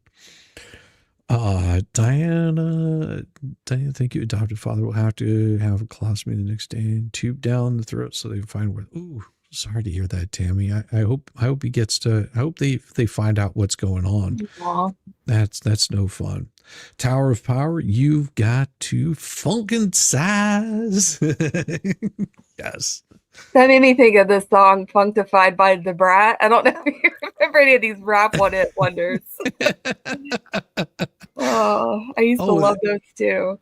Oh, my wife yesterday, she while we were driving back, she, because to help keep me awake, she started going through some crossword puzzles. I think she gets it from like the New York Times or something like that. Yeah. And one of them, she asked me, she was just like, have you, she was like, what's another gaming name for somebody, or a gamer's term for, going in and playing games under a pseudonym or something like that. And I had no idea. I was like, I'm not like that kind of gamer. So it turns out it's Smurfs. I was like, okay. But one of the questions, and I don't remember what it was a song by the Eagles that they said, they said the name of the song. I don't remember what it was. Oh, One of These Nights. And I was sitting there going, I know the band, but I just, like, I could hear the song in my head, but I can't think who sings it off the top of my head. And so I was just sort of like going through all the other stuff. And finally she goes, comes down to, it starts out TH space E, and then the last letter was S. And I'm sitting there going, because who in the hell could that be? And I'm sitting there like pondering it. And then I was, once I started spelling it out in my head, I was like, TH could be an E. So it's the, and I was like, what starts with E? And I'm like running down through my mind. I was like, oh, the Eagles. And the Eagles. And this was like, 30 minutes after she initially asked me, because I was answering a whole bunch of other ones. And I was like, oh, the Eagles. And she was like, oh, yeah, that's right. It is. We had just talked about them the other day. Yes, Motorhead covered Sympathy for the Devil. I love Motorhead. Yeah, Lemmy was, he was awesome. Amazing. And I got Lemmy back there pointing. Oh yeah. And he was play it louder, you bastards. And he was such a nice person too. As rough as he was, vocally and brutal, he was just like so chill. Very approachable. Yeah. I wish I would have run into him whenever I was out in Los Angeles. That would have been awesome. Oh man. He used to play at this little cafe, like play not music, but the slot machine. Yeah. Was that in LA? I've seen that funny. video. I think that was, he also used to go like hang out at the Rainbow Room and just sit there and drink. Yeah. Big Eagles fan. Well, and it also depends, like the what was it, the I think it was the Circle Jerks did a version of Hotel California that's in it's in they did a Spanish version of, I think it was the Circle Jerks, but they did if you watch the movie Repo Man, there's a scene where there's a band on stage and they're singing Hotel California in Spanish, performing it in a little stage in that movie Repo Man. Like Repo Man has by far the best soundtrack of any movie made at that time. Repo Man? Yeah. Okay. Yeah, if all you have to do is just pull up the soundtrack and you'll go, I know all these music. I know all these bands. Like Repo Man. Yeah. Oh, it is great. Let me see if I can. Now I'm curious what Circle Jerks, if they sing that Repo. What is it? Hotel California. And they do it in Spanish? I believe so, yeah. Repo Man soundtrack. Soundtrack, yes. Oh, of course it's going to be good. It's from the 80s. Let's see. The Repo Man soundtrack has Iggy Pop, Steve Jones, Nigel Harrison, Black Flag, TV Party, Suicidal Tendencies, Coup d'etat, which is done by the Circle Jerks. Yeah. El Clavo y La Cruz, The Plugs, Pablo Picasso, which is awesome, is The Burning Sensations, Let's Have a War, Fear. That's a really good song. Let's Have a War. There's too many of us. There's too many. When the Shit Hits the Fan, that's the Circle Jerks. Hombre Secreto, Secret Agent Man, the Plugs. Maybe that's what they were doing. Maybe it was the Plugs that was doing that. Juicy Bananas did Bad Man. Yeah, it might have been,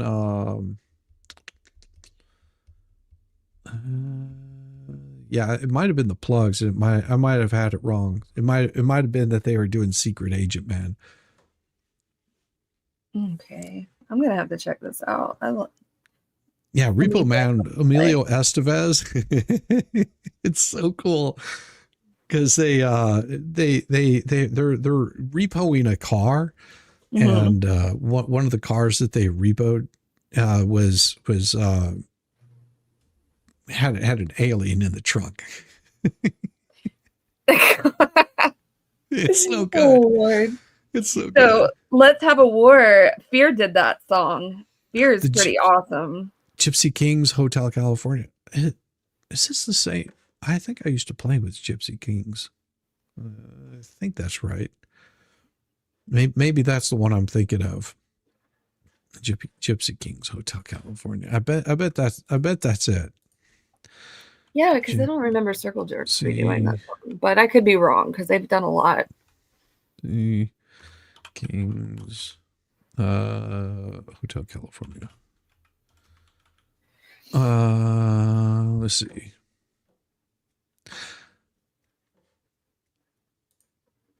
Yeah, it's a Gypsy Kings that did the Hotel California song.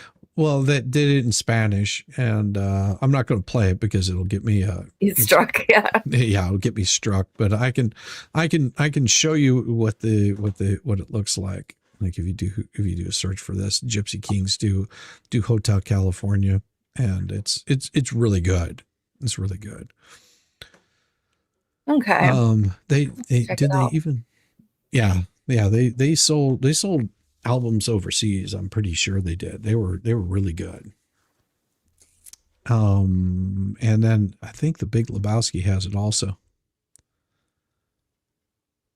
Yeah, the Spanish version. So if you've ever seen the Big Lebowski, they do a version of it also.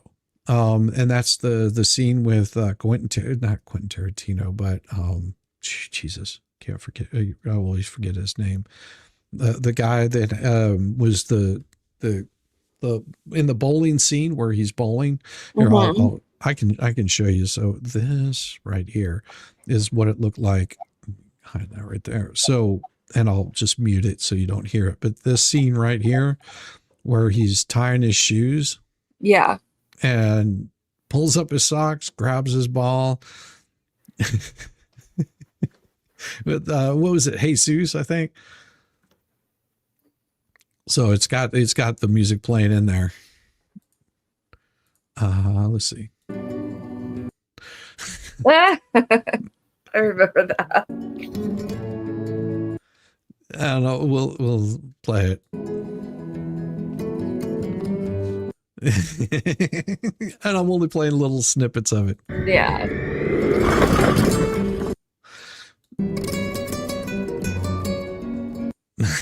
Yeah, it's good.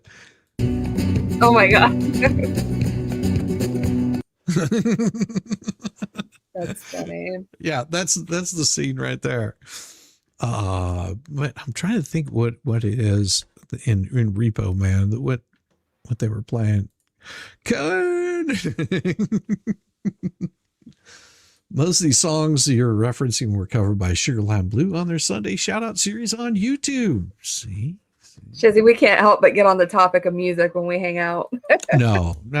I think we did a whole stream and that's all we did was just talk about music. We did a whole music stream. That was so fun. Well, and then we were talking one night. I don't remember what it was about. And you were just like, oh, have you ever heard of this? And I started playing a whole bunch of different bands that you'd never heard of.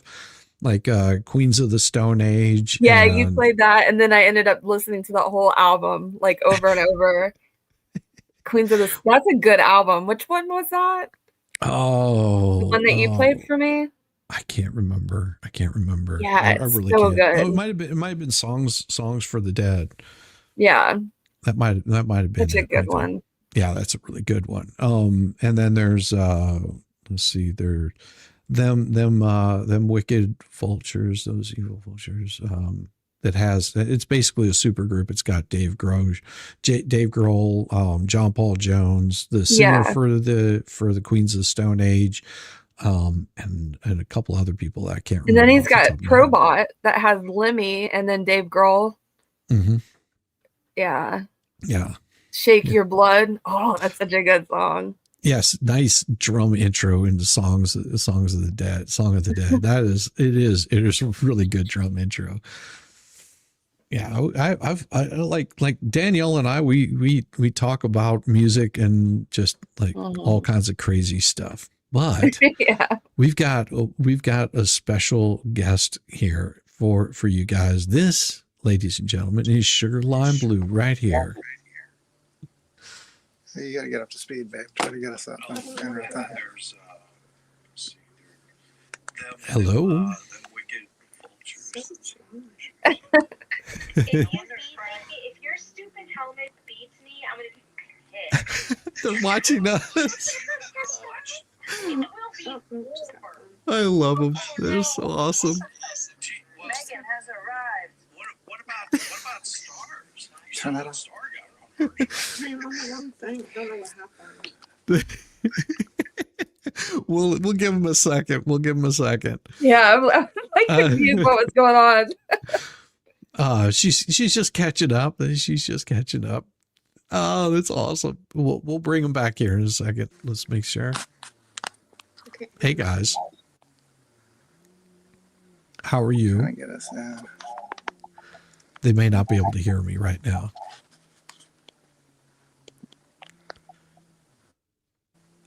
Hey guys. Push me to part 2. I don't know what the heck. Let me get out of here. Oh, what I'll do is I'll give them a little bit longer. I'll give them a little bit longer. They'll once they hear me in the back room, they can easily just hit the thumbs up. Sometimes the sound is not what you want it to be. Yeah. And I'll probably hop off it here so I can get ready to go to work. Oh, absolutely. And I got to go by the UPS store and return some stuff. So, but thank you for having me on, and I'll probably stop back by tonight if I get a chance to. Yep. I'll drop you a link for the 10. Yeah. All right, All right, Danielle. Shiz. Well, I will see you later. See you later, chat. Definitely. Bye. Definitely.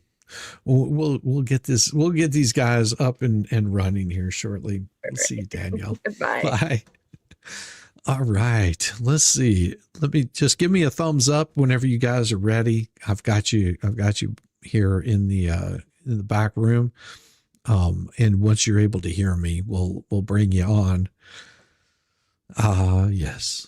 Then I'm pretty sure they may get caught up here shortly. Let's show them a little bit of love, ladies and gentlemen. It'll be wonderful. Let me I'll hit them in the private chat. Just let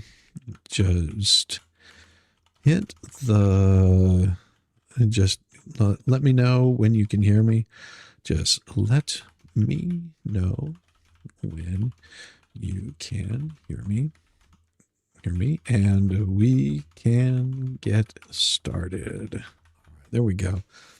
And that'll be pretty easy to, once we've got them up and going, to bring them on. I just want to make sure that they can hear us all right. And hey guys.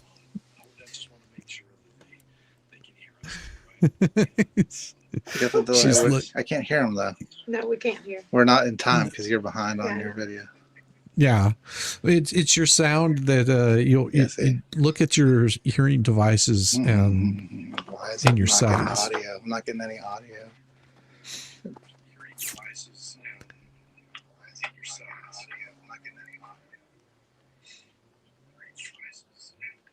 I'm pretty sure they'll get it here shortly. We've got 2 phones going here. We'll get it figured out. Okay. I'll keep you in the back room. Just give me a thumbs up whenever you're ready.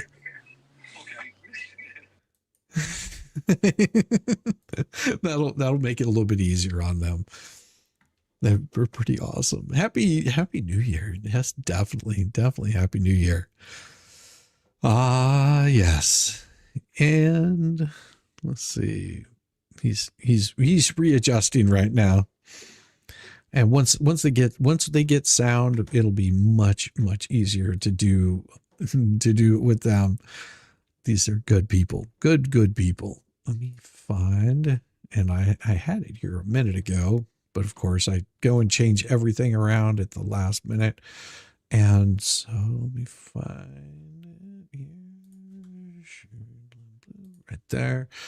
And get this, and we shall. And what I want to do is I want to see these guys get up over their 10K.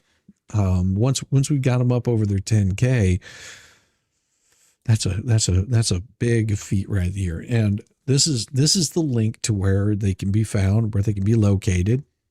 This is their site, and we will give them all kinds of love. But that right there should get them in pretty soon. We will see. Ashley Beth, Queen of the Sunday Shoutouts. Yes, most definitely Queen of the Sunday Shoutouts. But we will definitely get as soon as they figure out what's going on, why they can't hear me, because I want them to be able to hear me. Love it. Yeah, definitely sub up to them. Let's see. They are so close. They've got 9.13 thousand followers. So if they hit that 10K today, that'll be wonderful. That'll be a beautiful thing. That's what we want to see. Love it. Oh my gosh. Yes.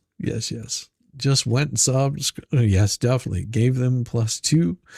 We're at 9.7. I love it.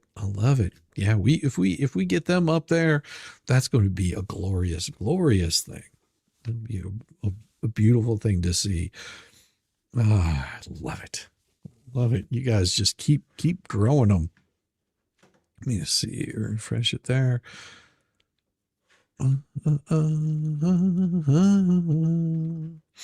All right, let's see. Can you guys hear me okay? Give me a thumbs up if you can.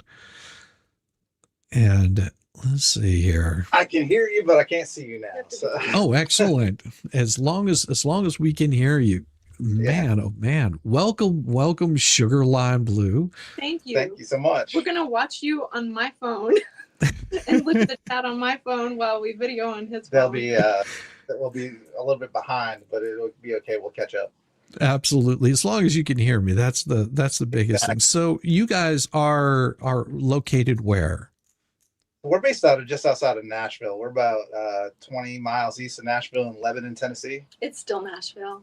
It's still Nashville. It is. It's Nashville.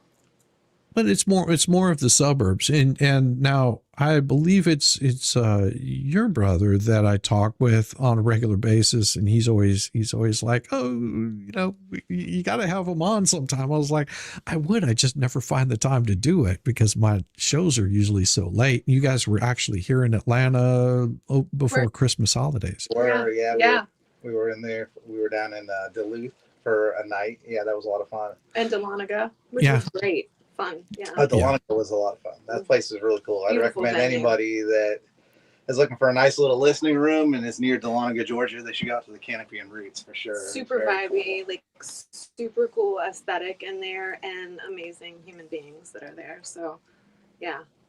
And you've been Sugar Lime Blue for 25 years, or you just been married for 25 years? We've been married 25 years. Yeah. Okay. So we've been doing the band for a little over 10 years, but more seriously, probably the past 6 to 8 years. I don't know. I lose track of time. We've been making music for a while. Time is a construct of man. Yes, it is a social construct that I don't follow. Rude. Time is very rude. Here we are celebrating New Year's Eve on that note. Well, yeah, and so I know that you've got family up here in Georgia. Is that correct? Yes, my mom. Yeah. and so I'm sure that makes it a little bit, well, it'd be down here in Georgia because you're up there in Tennessee. Down, yes, yeah. Yeah. Oh my gosh. So the But devil yeah, went to Georgia, does that mean he was up in Tennessee? what was that? I said the devil went down to Georgia. Does that mean he was up in Tennessee to start? No, I think it was somewhere like south of New York, just a little bit south of New York. Ooh, dang. Okay. All right. Yeah. Yeah. It's a long trip for the devil. Yeah. Well, he was looking for a soul to steal. He couldn't find any more up there. He gets around. Yeah. He had found somebody sawing on a fiddle. I don't know where that had to be Tennessee. So as far as the style of music that you're doing, I do see that you do quite a bit of cover stuff, and you have a lot of originals too, right? We do. So we've put out 4 albums through the years, and a couple singles here and there, and so like we've done a lot of covers now because we started about a little over 10 years ago.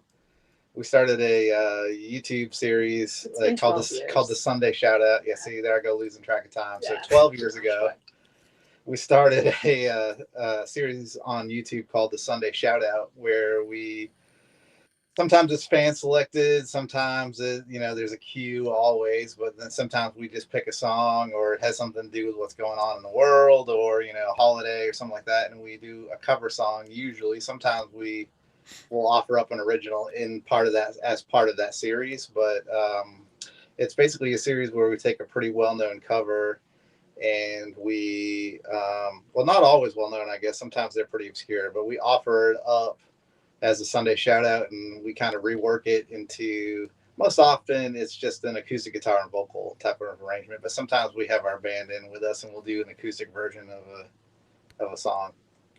So now the other members of the band, you're the core members, I'm guessing, right? Yeah. And so you've had like rotated in drummers, or you've had the same drummer for the same amount of time? So we've had a drummer. The drummer's has been with us since COVID. COVID really changed kind of the face of our band because our founding bass player, he passed away at the beginning of COVID. So that it was like COVID ended up becoming a complete like retooling and restructuring for us, like as a band, but then also as people, I mean, I guess for a lot of people, everybody got really introspective there for a while, right? Yeah, just a little bit. The music definitely changed. I mean, yeah, it was crazy because like there was no place to go play for a while. Like they shut everything down, and then like nobody wanted to go out, and it's kind of changed. Of course, like during that, the pandemic, there was obviously like a reason nobody wanted to go out, but now it's kind of become force of habit for everybody, I think. So shows have been less attended, and it's harder to get shows. A lot of venues are closing, so I think it's really important for people, especially if any of your listeners love live music, and I think most people do, got to go out and support those venues because they're hurting, they're struggling. Night after night when we go to these venues, we hear the tales of the venue owner, and how bad they're struggling to make ends meet. Well, and also there is a over the past, especially 10 years, I've seen the amount of musicians, like quality musicians, start to really decline. And then you've got a lot of the younger musicians that are coming in and trying to sort of fill in that spot, but they don't have the experience because of things like COVID that really sort of stunted them in being able to perform. Well, I feel like young musicians, there are a lot of them out there, and they're super duper talented, and we see them, we bump into them, they're fantastic, and they have a fire in them, and you try as somebody who's been in like at our level of playing for a while to help give every tool in your toolbox. It's like you got a double of, and you can share that with as many people as you come in contact with. So we're all about like sharing the tools that we've picked up over the years, but it's really hard when they don't have a space in which to cut their teeth. And like when they're just, it's kind of like having a plumber that's fresh out of plumbing school, just going straight to a broken toilet. You need not the pressure of a stadium. You need a little, like a little coffee shop guy to kind of Exactly. cradle you in, and that the people are really open to hearing new voices, and that means like new lyrical content, new musical styles, you know, and that's where the listening rooms I feel have really stepped up over these last few years since the pandemic. But I mean, some of our tried and true venues, they shut their doors. Yeah. The places that we had played for years, they stopped having music. I've seen a bunch of venues rip out their stages and put in more seating because they needed more space for spaced seating rather than having everybody like so congealed in their restaurant. Yeah. I now I played, I haven't played, and you'll see the instruments behind me. I haven't played in a band in probably about 10 years. Okay. Just because of arthritis, and it's pretty painful whenever you're playing, 3-4 hour sets every night. Oh, yeah, And a for stringed sure. instrument, I mean, that's really your fingers are very instrumental. Yes. And now most of the places that I played were a lot smaller blues venues, playing like Northside Tavern, playing at, Blind Willie's, going into, Little Five Points, playing around there. One of the issues that I did run into was the musicians that I was playing with were wanting to talk a big game. Say, hey, we're going to get a record deal. I'm like, I don't care about a record deal, but if you're looking to do that, we can't just be sitting around here in Atlanta playing, every little juke joint, because Yeah. you're going to oversaturate. Really get out there and do things. And I think we did a couple of shows up in Connecticut. I think we were on a TV or radio station up there, like to promote that. And the reception that we got outside of that small bubble was so much bigger, because it was something that they hadn't heard before, or they had heard it before. They just hadn't heard it done that same way. Right. And that would be some of the advice that I would give to some of these younger musicians, that as they're cutting their teeth, if they can step outside of their comfort zone, and they don't have to go on some big road trip or road tour, but Right. get outside of their comfort zone, their state, the place where they're comfortable doing it, you'd be surprised how much of a growing you'll get. For sure.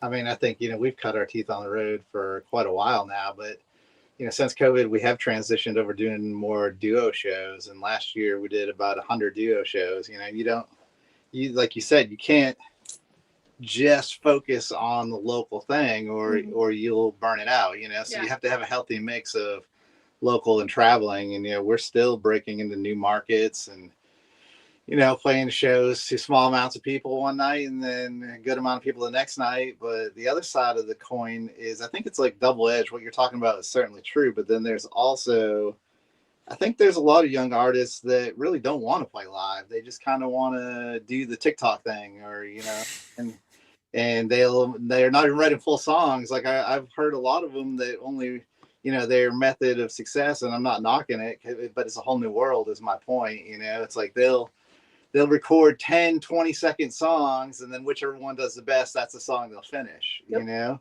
And I think it's interesting how much things have changed in the past, even 5 years, we'll say, because of the media, the way we consume media. Yeah, that could be. I mean, because I get a lot of people that are just like, they ask me, because I create a lot of AI music, and they're just like, oh, do you think AI music is going to take over the music industry? And I'm like, oh God, I hope not, because I think people enjoy that live interaction with somebody. They enjoy going and actually talking with the people in between songs, in between sets, and getting to know them as humans. I think you have a lot going on with AI.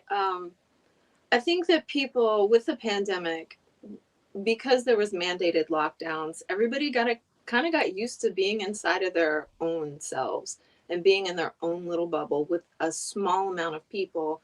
And if they want to eat out, they DoorDash it now, or they Uber Eats it, or, the streaming networks really came in clutch. They came in like Netflix was the only guy, right? And now all the everything is streamed, and you don't even have to go to the movie theater anymore. You can just pay a little extra on your TV and watch it in the comfort of your home without paying the exorbitant popcorn prices, right? So I think that a lot of people that once really enjoyed the live music setting kind of need to be reintroduced to it. Like, if you once enjoyed the thing, go find your first love again. Like, get back out there a little bit. And maybe some of the people that have never experienced need to go experience it too, because there's nothing like live music. I mean, I love it more than anything, you know. And it's hard for me to get up and go see it, you know, when there's somebody new playing or take a chance on somebody. Mm-hmm. And you know, but man, it sure is worth it when you find your new favorite band or your new favorite song or something like that, you know. Well, we just started here in our little community. We've seen things like it, but not where we could plug into it. And Dave's like, we need something, because like I was saying, we had some of the younger folks in our community going, how do you do this? What have you done to get this place?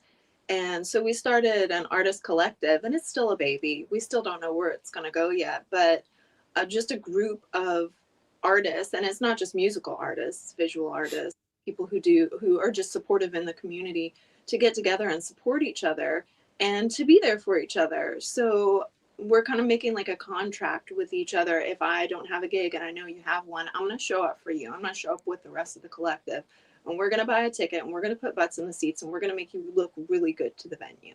Right. Because I feel like that's really important, that we're supporting other artists as creatives ourselves. So, and that doesn't matter. Like, if you're a voiceover artist, go see your musician friends, or go to their art show, go show up at the pop-up bakery ladies thing. There's no reason not to. Well, and also that kind of, you'll find it's sort of the same networking that you would do, for example, on YouTube.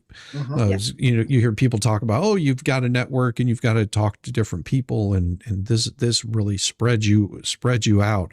It can also spread you thin, but if you are talking to people that are truly aligned in the same mindset as you are, of, you know, this is how I want to move forward, and I know that you're looking to do something this way, but for me to bring you in, you never know when you're going to need a backup guitar player, when you're going to need somebody that's going to be singing backup vocals on something, and that may not be your style of music or anything like that, but you know each other, and you know if you can work well with each other. Exactly. And that's why we've tried to cast like a wide net. Like, you know, we, in our collective, we have photographers, videographers, you know, quilters, songwriters, quilters, painters, poetry makers, and poets. you know, I think it's just like, for me, it's more than just the networking. It's like, I don't know if you guys have this phenomena down there. I would imagine it's like nationwide now, but one thing that just kind of blows my mind, and it's happened twice here in Lebanon. You know, the last time it happened was In-N-Out, and before that it was Whataburger, you know, and we just see these mom and pop stores closing, you know, like all the time. And then there's like a 10-hour wait for the grand opening of In-N-Out Burger. And I'm like, what on earth is happening? Like, this is what we celebrate now? I'm like, that's fine. I'm not trying to steal anybody's joy. Like, go get your In-N-Out Burger, but can we not also support like the mom and pops and the small guys and the people that are like, you know, the people that make a living like with a little pop-up bakery selling brownies, or, you know, or whatever, the small artists, the songwriters? Can we not support all these people too? Does it all have to be about corporation all the time and supporting the corporation, you know? Yeah. Or like in the musician circle, just the stadium artist. Then I get going to celebrate somebody's musical art with a group of other people that are also celebrating. There's a certain energy to that is kind of amazing. Also, knowing that you're in like your ground level of a grassroots indie band coming up, that's equally important. Understanding like your role in it is more important than your singular seat in the stadium. Your role for an independent artist, that single like on the video means so much. That you all the way through to the end means so much. A comment We read every single comment on every video that we ever make, cover, original, it doesn't matter. We read them all, even if they're sassy. We do. Even the scam ones, I'm like, well, that sounds like a bot, but maybe not. Dave's like, he's got to be my tech guru over here. I'm like, that's my bot. Trust me, I get all kinds of bot emails. It's and stuff in there. I think that's where AI is going to take over. Is taking over our scam, and spam. But then we That's can get where AI is bots doing spam filters, so it'll be even better. It'll be great. Yes, it just emails them back, and they have constant conversation that I don't have to be any part of. Yeah. Did you see where right. they put two AIs talking to each other and they got Yes. into, like quantum physics like within a minute and a half? I'm like, no, this needs to not happen. I think they did something like that where they got two Alexas talking to each other back and forth. Yes. Yeah. And they can actually talk in their own computer language. And it's insane because it just sounds like a bunch of beeps and bops. Yep. Yeah. But they'll communicate back and forth. It's just like, oh, that's sort of creepy. Man, we're in for it. I don't know if you know how to get Skynet, but this is how we get Skynet.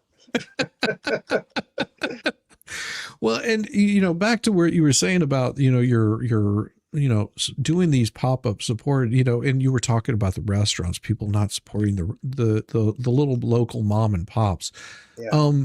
One thing that's really hard on that is they are a local mom and pop. They've been there forever. Yes. So sometimes, a little bit of update really can help out. And a perfect example is, here, not too far from where I live, they have food trucks that come rolling in on like every Tuesday. I think is what it is. And they found a little park that they can pull into. They they work as a whole group. They all set up a whole bunch of picnic tables for everybody to sit down and eat. And they're there from like 7 to 9 or 5 to 9 or something like that. But and it's just a whole group of them. So if you don't want to have, biscuits and gravy, you could have some Chinese, or you could have barbecue, whatever it might be. And these are all small businesses. They do have standalone restaurants, but they came together as a group, sat down and said, hey, if we do this every Tuesday, and anybody that's got their little food truck out here is welcome to do this. And there's certain codes you have to go by and all that kind of stuff, but they all meet that. But and you would not believe the community. Whenever it first started out, there was maybe 10 people that showed up. Mm-hmm. Now, after about 5 years of running it, they sell out of food before they can do anything. Yeah, like that's everybody. Awesome. We got something similar to that, but I guess my point is like, you said the first time that they did it, they had like 10 people, and it's like, but the first time that In-N-Out Burger opened up, they had a 10-hour waiting line, and I'm not joking. I'm not even exaggerating. No. Right. It's literally a 10-hour wait to get a burger. And I'm like, okay, why? Maybe can we, instead of having the fast food like 20 times a week out of 36 meals, can we just have like maybe cut it back one time? Yeah, exactly. But I think just the grassroots portion of it, because Whataburger didn't start out with having long lines that went out the door. They started out very small in I think it was California. So they just Whataburger's Texas. Okay, I'm thinking In-N-Out, California. Yeah, In-N-Out I think was California for sure. Yeah, for sure. But they, even McDonald's, they started out small, but now they serve billions of people every year. Yeah, for sure. Well, I think part of the problem that we come up against as artists, as restaurants, as just human beings out in the world, because there's so many of us, our markets are completely oversaturated, and it's really hard to weed out the things that are maybe not your bag. Like maybe they're not bad, but maybe they're not for you. Especially musically, finding new artists that you adore, that you really want to sort of binge watch what they've got going on. That's difficult as a music consumer because there's so much out there. Right. And it's like, I think part of what we need is people like you that kind of go through and discover and do a little research and find folks and then sort of parse that out to their audience. We share people that we have congruency with. It's kind of Right. like DJ used to be a tastemaker. Now it's more of like online personalities, I think. And it's hard. I think it's hard because people's human nature, excuse me, the human nature is to not try anything new. The human nature is to just kind of go with what's safe. I tend to be the type of person that every time I go to a restaurant, I want to try something new on the menu because I want to at one point say I've tried it all. But most people aren't like that, right? I think most people want to go back and have the same favorite, chicken club sandwich every single time they go because it was really good the first time and they don't want to take a risk. He's talking about me. I find something I like. I'm like, this is good. No, that was delicious. Let me do delicious again rather than kind of risk for maybe a different sort of delicious, but I'll have some of his. So I'm having my safe and getting my adventure as well. Yes, that is how it is with my wife and I, because I'm more of once I found something that I enjoy, I'm pretty much true to that, and I step outside of that variations, but my wife is more adventurous, so she'll go, well, here, try this, and if I like it, well, then that I might have just found a new favorite. But Right. Yeah, so you have a little more choice. So you're the loyalist and she's the adventurist. I see. Yeah. Yeah. Like, because there's so much choice, I deal with a lot of executive dysfunction, and when there's too many choices, I get decision paralysis. So it's like if I were to walk into a Baskin Robbins with their 31 or however many flavors they have now, that's too much for me. Give me a choice of 3 or 4. I can do that, like with confidence. But if there's too many choices, and I feel like this is what looping back around to too many choices in music, I feel like maybe if I had chosen something else, I would have enjoyed it more. So I'm going to choose the thing that I already like. And I think that's why you see so much attendance at like tribute band kind of concerts, because it's familiar and people want that touch of familiar. And I get it. I totally get it, because branching out into something new, you are taking a little bit of a risk, even if it's a tiny, like $10 cover charge risk, it's still a risk. Well, and as much as I like to say, there are good musicians, there are bad musicians. Absolutely. And not always all those bad musicians will stay bad. But if they don't know that they've been told that what they're doing is bad, it sounds horrible. Unless they're told that, if people stroke their ego and say, no, you're going to be the next, Stevie Ray Vaughan. But they sound more like, Jim Morrison trying to play a guitar. Yeah.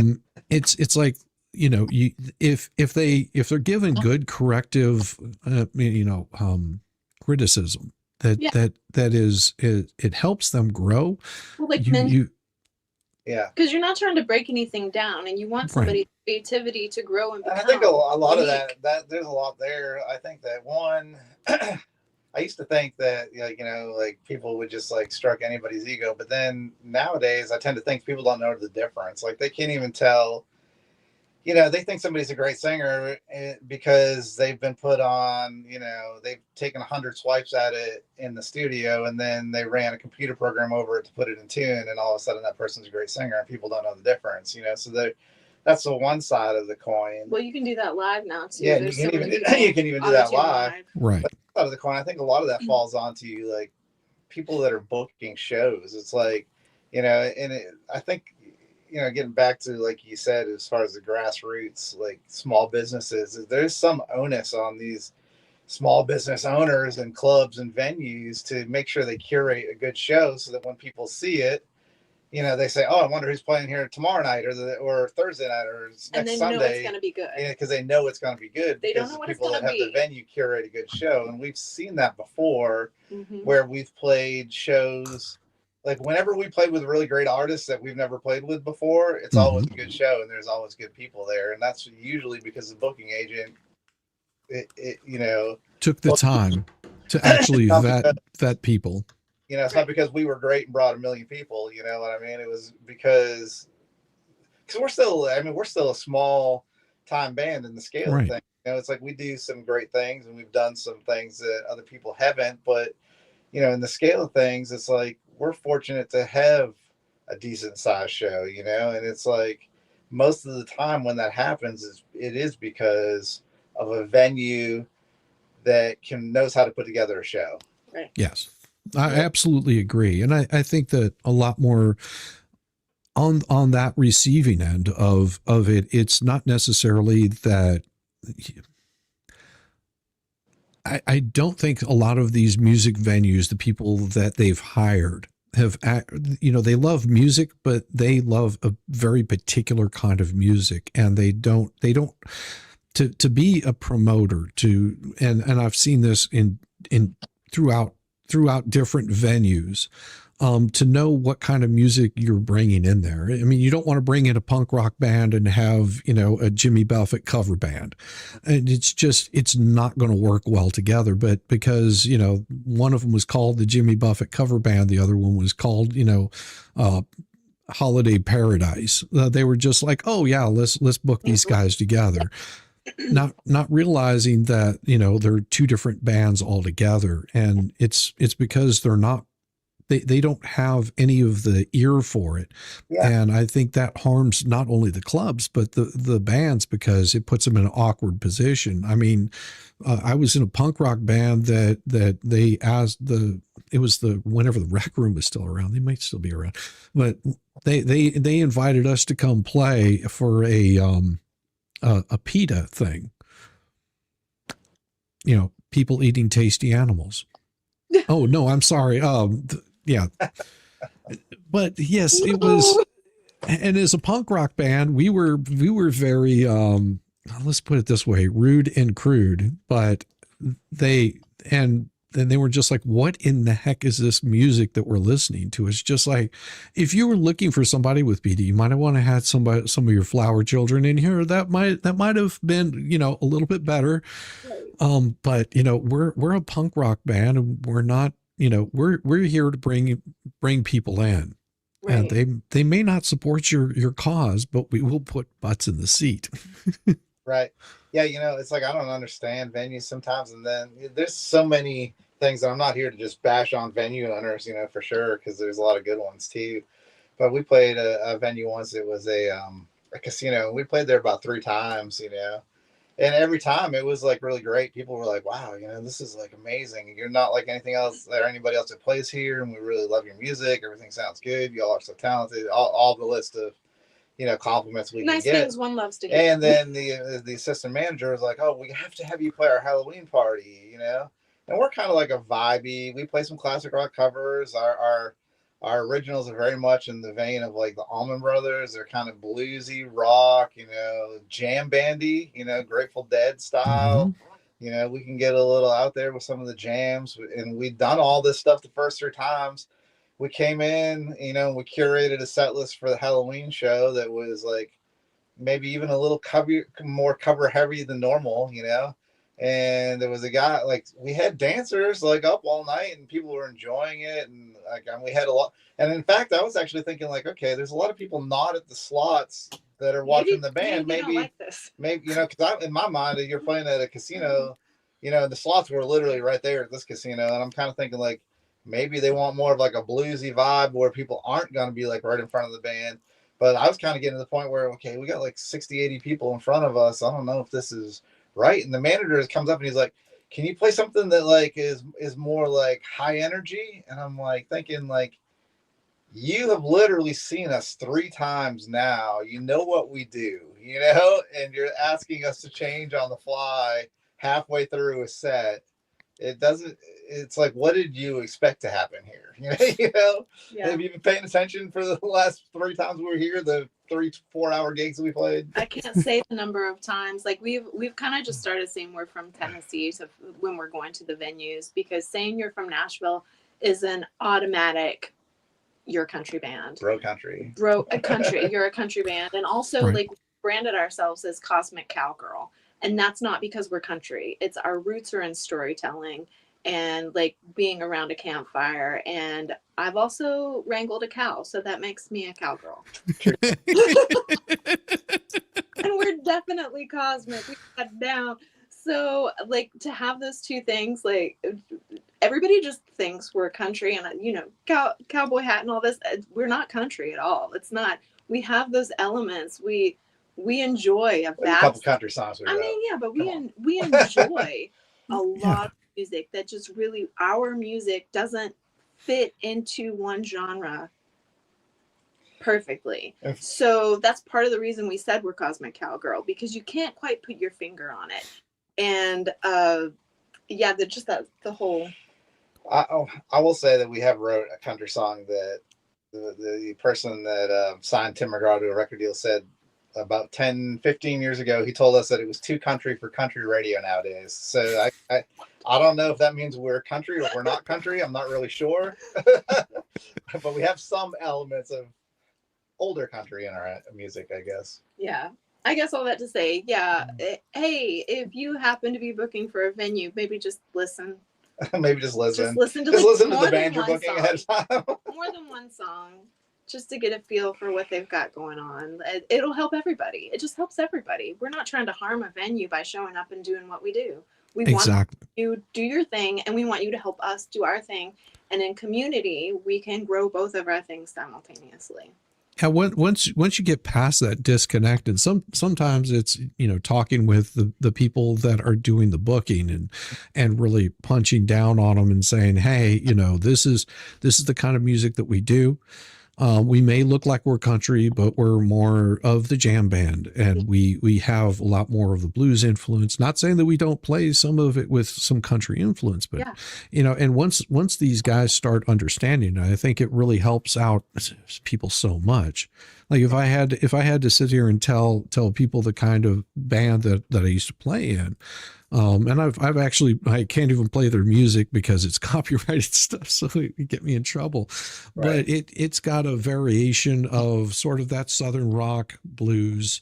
The singer was amazing, and I actually talked with him the other day because, you know, he's got a couple of kids, and he said that, you know, he's stepped away because he wants to focus more on getting money built up in his business for retirement, and then, you know, after, he said, you know, probably in about 10 years I'll go back to doing the music because I'll have enough set aside where I can go back to doing what I love doing. But I mean, he was just in a position where playing the same, you know, 4 different places, you know, 4 nights a week, and was just like, I've got to spend more time with my family. Mm-hmm. You know, my kids are at that age where they need their dad around. Yeah, for sure. I mean, that's part of the reason when we started the project of Sugarline Blue, we were just comfortable to just play really local gigs. We did some tours, but we did them on a smaller scale for sure. Our daughter was the most important thing that we felt like we could pour our life force into, and music takes a lot emotionally, time-wise. A lot of mental real estate is taken up to do music, especially in today's. You have to have all the social media going. You have to constantly be creating content, not to mention the creative time to write new songs and learn them and then perform them and then record your album. That takes a lot. Plus you just have your regular human, you know, you got to eat business to attend to. So we felt like the most important thing was to pour into our daughter when she was young. So that's why we waited until after she had graduated for us to really put on the afterburners. Oh yeah. that is the hardest part. You know, and because I'll have people come in, they'll just like, oh, you know, you put together really good songs, and you know, it's a lot of it because it's AI. It's all trial and error, and I had to explain to somebody, for me to do the level of music that I do, the kind of music that I enjoy listening to, for intros, for outros, all that kind of stuff, and I'll make intros and outros for other people whenever I have time. But to do all of that, if it was just me by myself, you're talking, you're going to have to have a $20,000 studio. You're going to be putting together, you know, mixing boards and getting the mix correct. You've got to hire horn sections because I don't play horn. You're going to have to hire a drummer or a series of drummers, plus, you know, all of these instruments. You're looking at, just on one song alone, you could easily dump in 20, 30 grand just trying to get it the same production level on something that I just need for an intro. Yeah. And let us not forget troubleshooting. When any one thing goes wrong, none of the other things work. Oh, exactly. Exactly. Right. As always.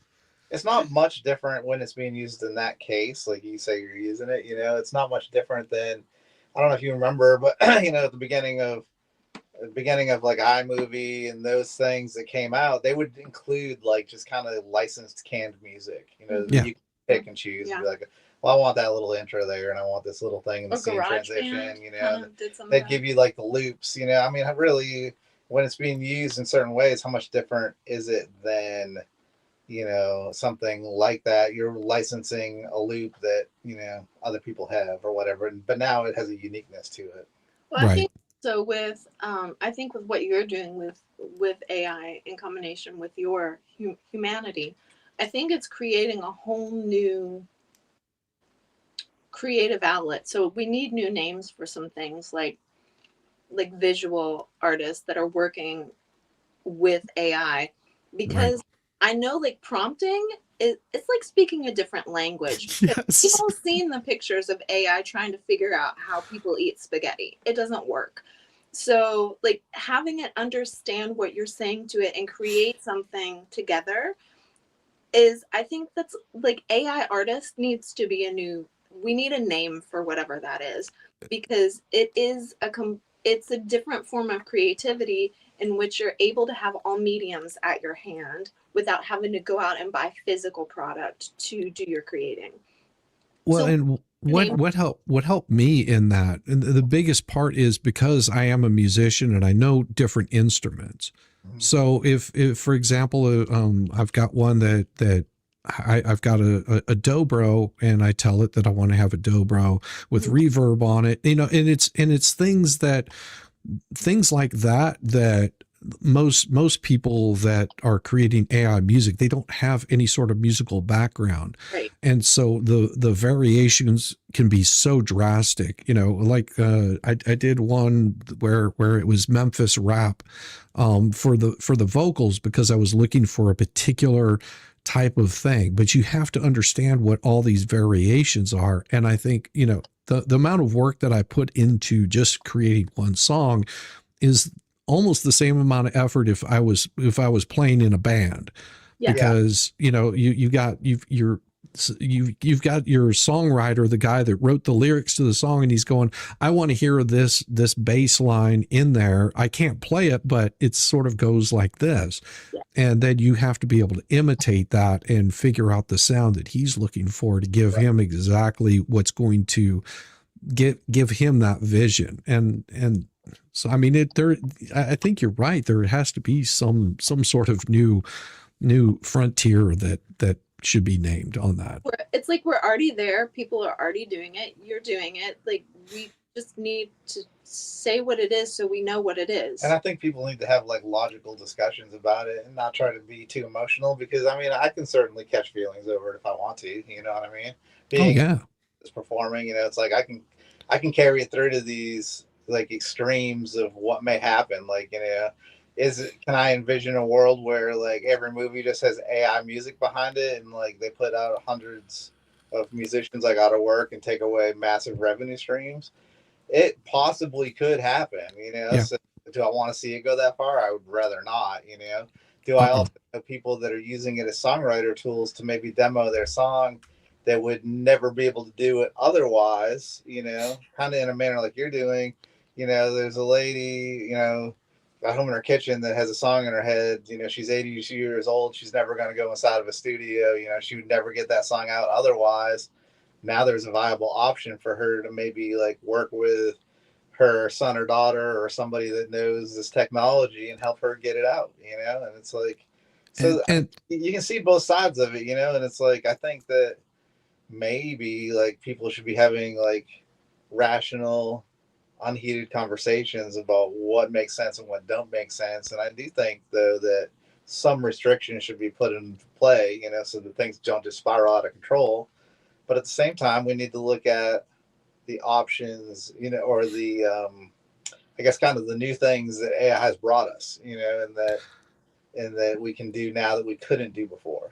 Well, and I think in that same aspect, if you can put something together that you enjoy in AI, like for example, if I put together a song and I really wanted it to do something more with it, to give it more of that human aspect, I can take that and I could give that to somebody and say, here is the song. Yes. And I want you to make this better. I want to hear real people singing it. I want to see a real musician playing it.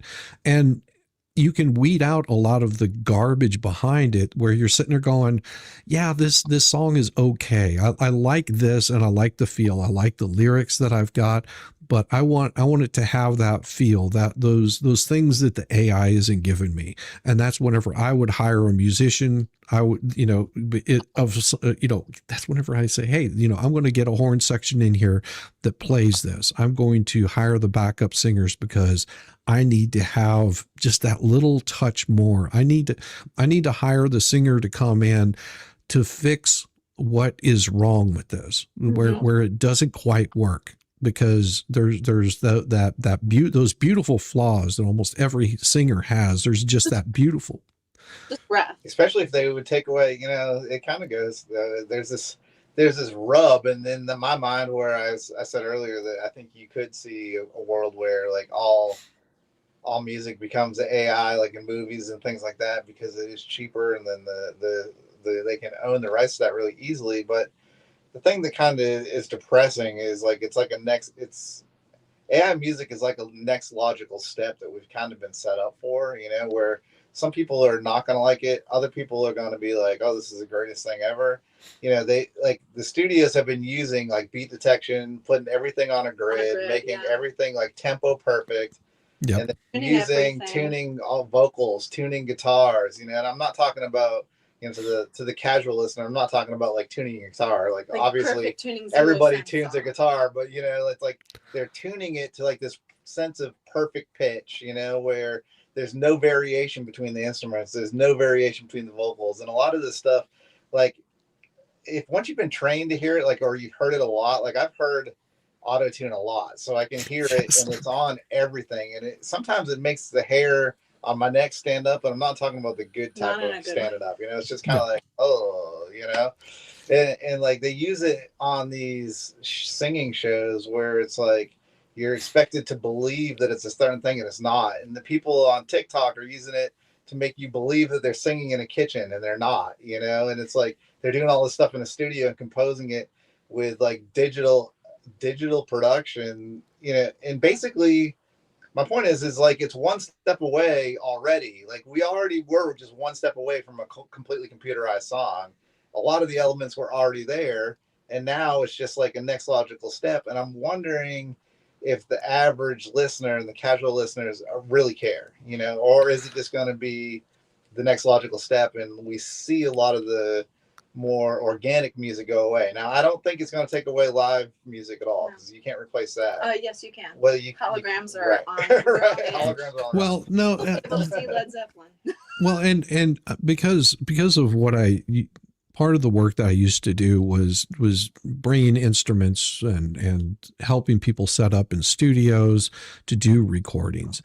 I got a chance to meet a lot of track musicians is what we call them. And what they are is like people like Rihanna. That is a track musician. They come in a few days early. They have people like Madonna's touring guitarist sit down and put all of the music together and play it as if it would be done live. And then Rihanna will come in at the end of that and she'll sing over the top of it, because she's only doing like a 2-minute spot or something like that. And she actually never even sings it except in the studio where it can be all processed out. Right. And then she'll go and perform, it might be 5 different songs or something like that at a smaller venue, not like a big venue. Right. But it's all pumped in already pre-recorded. And people are just like, oh, that was, she sounds so great. It's just like, but you didn't see all the mistakes that she made in the song, that she had to record it several times over. Right. Because she wasn't in key or of that sort. So you're right. Whereas it becomes, where people want to see the live music, and once they start realizing that they're listening to a track artist, you don't see them last long. Yeah, it feels like trickery, always and felt I like don't. trickery to me, I don't you know? like that. I don't That's like the that bit feeling that I either. don't like about it. Don't say what it is. That's why I'm saying we need the labels on the things, just so we know what we're getting into. If I know ahead of time and know what to expect, I'm here for it. But I do feel like on what you were saying, like the general public wanting to consume more computerized music, I feel like we're on this pendulum, and everybody is kind of on this slow motion adventure where it swings all the way out to the most polarized position, and then we step it back some, and then we swing back the other direction where we're going to be 100% organic music again. And I think like we're just kind of on this ride together, but it's really slow motion. And I think in the near future we're going to be seeing more collaborative efforts with AI, because I really do feel like they're one of those tools I was talking about, the tool in the toolbox. Sometimes like I feel a creative energy, but I don't have a jumping off point. And I recently saw there was somebody that was commissioning an artist to make this piece of art for their event they were doing, but they had no way to verbalize what they were looking for. So in order to communicate with the artist, she had AI generate a few pieces of art that sort of captured the idea that she wanted for the artist to paint on a painting, on a real canvas with real paint. But there was a jumping off point that she created with AI. So it was a collaborative effort for the idea, for the prompt.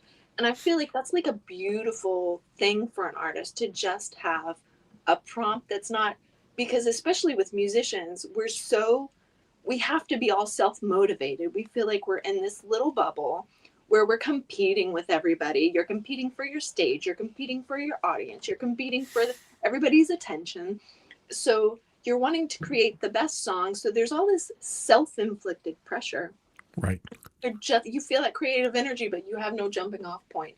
I feel like that's where these collaborations can really make a lot of sense. I think you touched on something that's really important too, is like the pendulum swinging, but then, and also, I never really thought of AI as like the feeling of being duped, and like, I think that is a big thing. But if you think about it, I mean, heck, we've been being duped since the 90s, really. I mean, if you think of like the Sports Illustrated Cindy Crawford edition when you were like in your teens, she was airbrushed. I mean, they touch it up, they're photoshopping it out, and the Photoshop's been around for ages. Not that she wasn't gorgeous. And even if they weren't, they would take away every blemish, they would accent certain parts, they would mark out certain birthmarks, they would, anything that the skin looked a little weird, they touch it up on all these photos for years.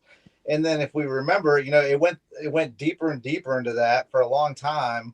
And then the pendulum came back, and then it was, okay, we want swimsuit models that look like the average woman, and we want, lingerie models and stuff in the Sears catalog that look like an average woman, not like some crazy supermodel that's unrealistic, So maybe with music, it's going to do the same kind of thing where it's like, it'll go so far out where it's like, you hear a guitar playing 9 million notes per second or whatever, and something that's inhumanly possible. And then it'll kind of swing back to like a more organic thing.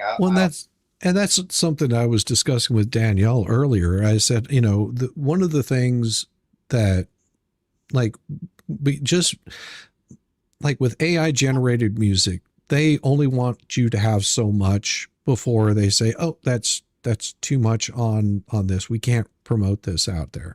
Mm-hmm. And I think they should go the opposite way and say, we want to oversaturate it so heavy with AI music that people are sick of it. So they'll go back to listening to live bands playing. That's what I want to see happen. I want to see it so oversaturated that within the next year, people are just like, oh my God, if I have to hear another one of Shizzy's songs. Yeah. But there's an assumption there though. And the assumption is that people can tell the difference. No. Oh my goodness. And I don't know that they always can. Just like, you're going to fool a certain portion of the people, some of the time. And maybe some of them all the time. There's been a couple of them that just creeped up recently on YouTube is where I consume a lot of music. So it was on YouTube and it popped up and it's like lost demos from 1940s or whatever. And I mean, like the first two notes, Dave and I were both like, nah, no, Nope. There was no grit to it. There was no gravel. There was no rawness to it. Everything was so polished. Beautiful song, but I don't like being tricked. Don't tell me it's a lost demo. Say you made it up. Say you made it up with your AI. Okay, cool. What a cool thing you created. But don't I'll try listen to to trick it and I'll judge it fairly, because there's been AI songs that I've heard, and I was in the earlier days of AI, and they, I don't feel like they were like a completed song. Like it had a good verse and chorus, right, and then it kind of, after that it kind of fizzled, quite a bit. But up until that point, I was like, dang, like this is a good song. Like, oh, like I don't like that particular style of music, but I was like, that was like a catchy lyric that they just put in there, and oh, that was like a pretty cool violin hook. Like, what is happening?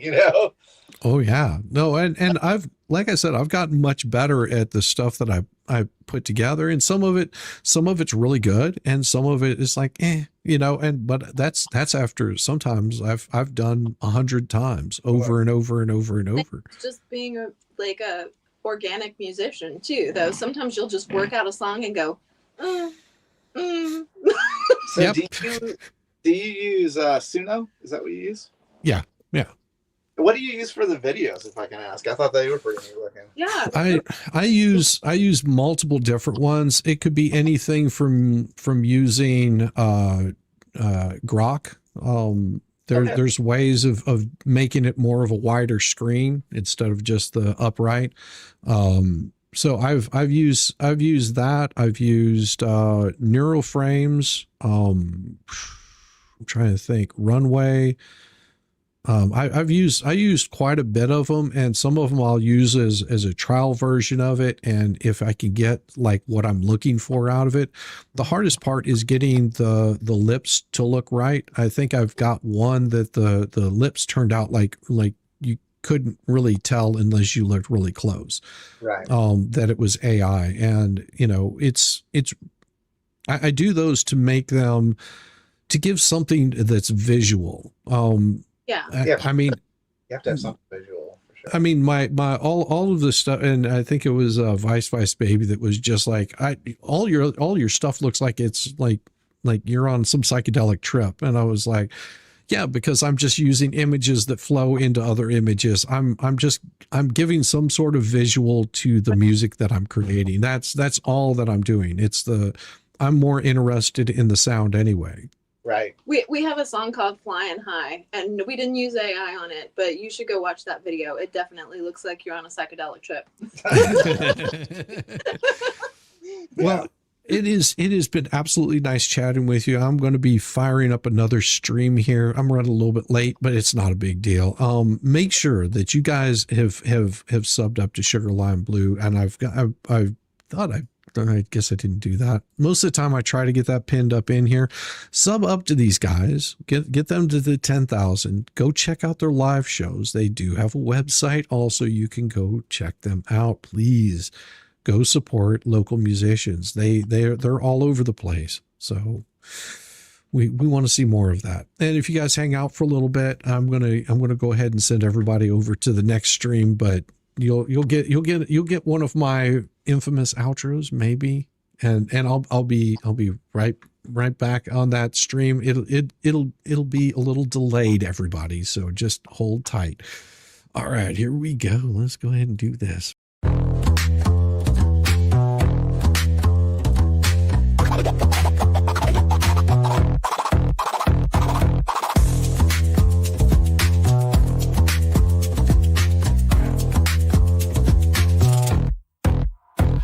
You thought I was done, bless your heart, but I'm still living rent-free, it's a work of art. Call me daddy, call me nut, call me the goat. You're paddling upstream while I'm running this boat. You say, I don't care, yet you're glued to the screen. Caught up in my glow while you stay unseen. Your shade's like a breeze, it's barely a draft. Meanwhile, I'm the Picasso of roasting your ass. You say you're over me, oh how cute, but here I am, still the star of your loop. You're my biggest fans, don't even deny. So grab some popcorn when daddy goes live. Live. Call me daddy, yeah, shout it loud. King of your thoughts, I'm making you proud. Papa Nut, Shizzy Daddy, headline act. Your background noise, and that's just a fact. Let's face the score. You hate that you love me, but you keep wanting more. You're like a dog chasing cars, you don't know why.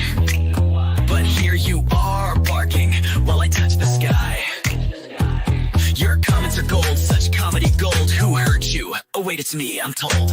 You're keeping tabs like an unpaid intern while I'm cashing checks. When will you learn? Your timeline's a shrine to every move I make. I say thanks, but you're a nasty skank.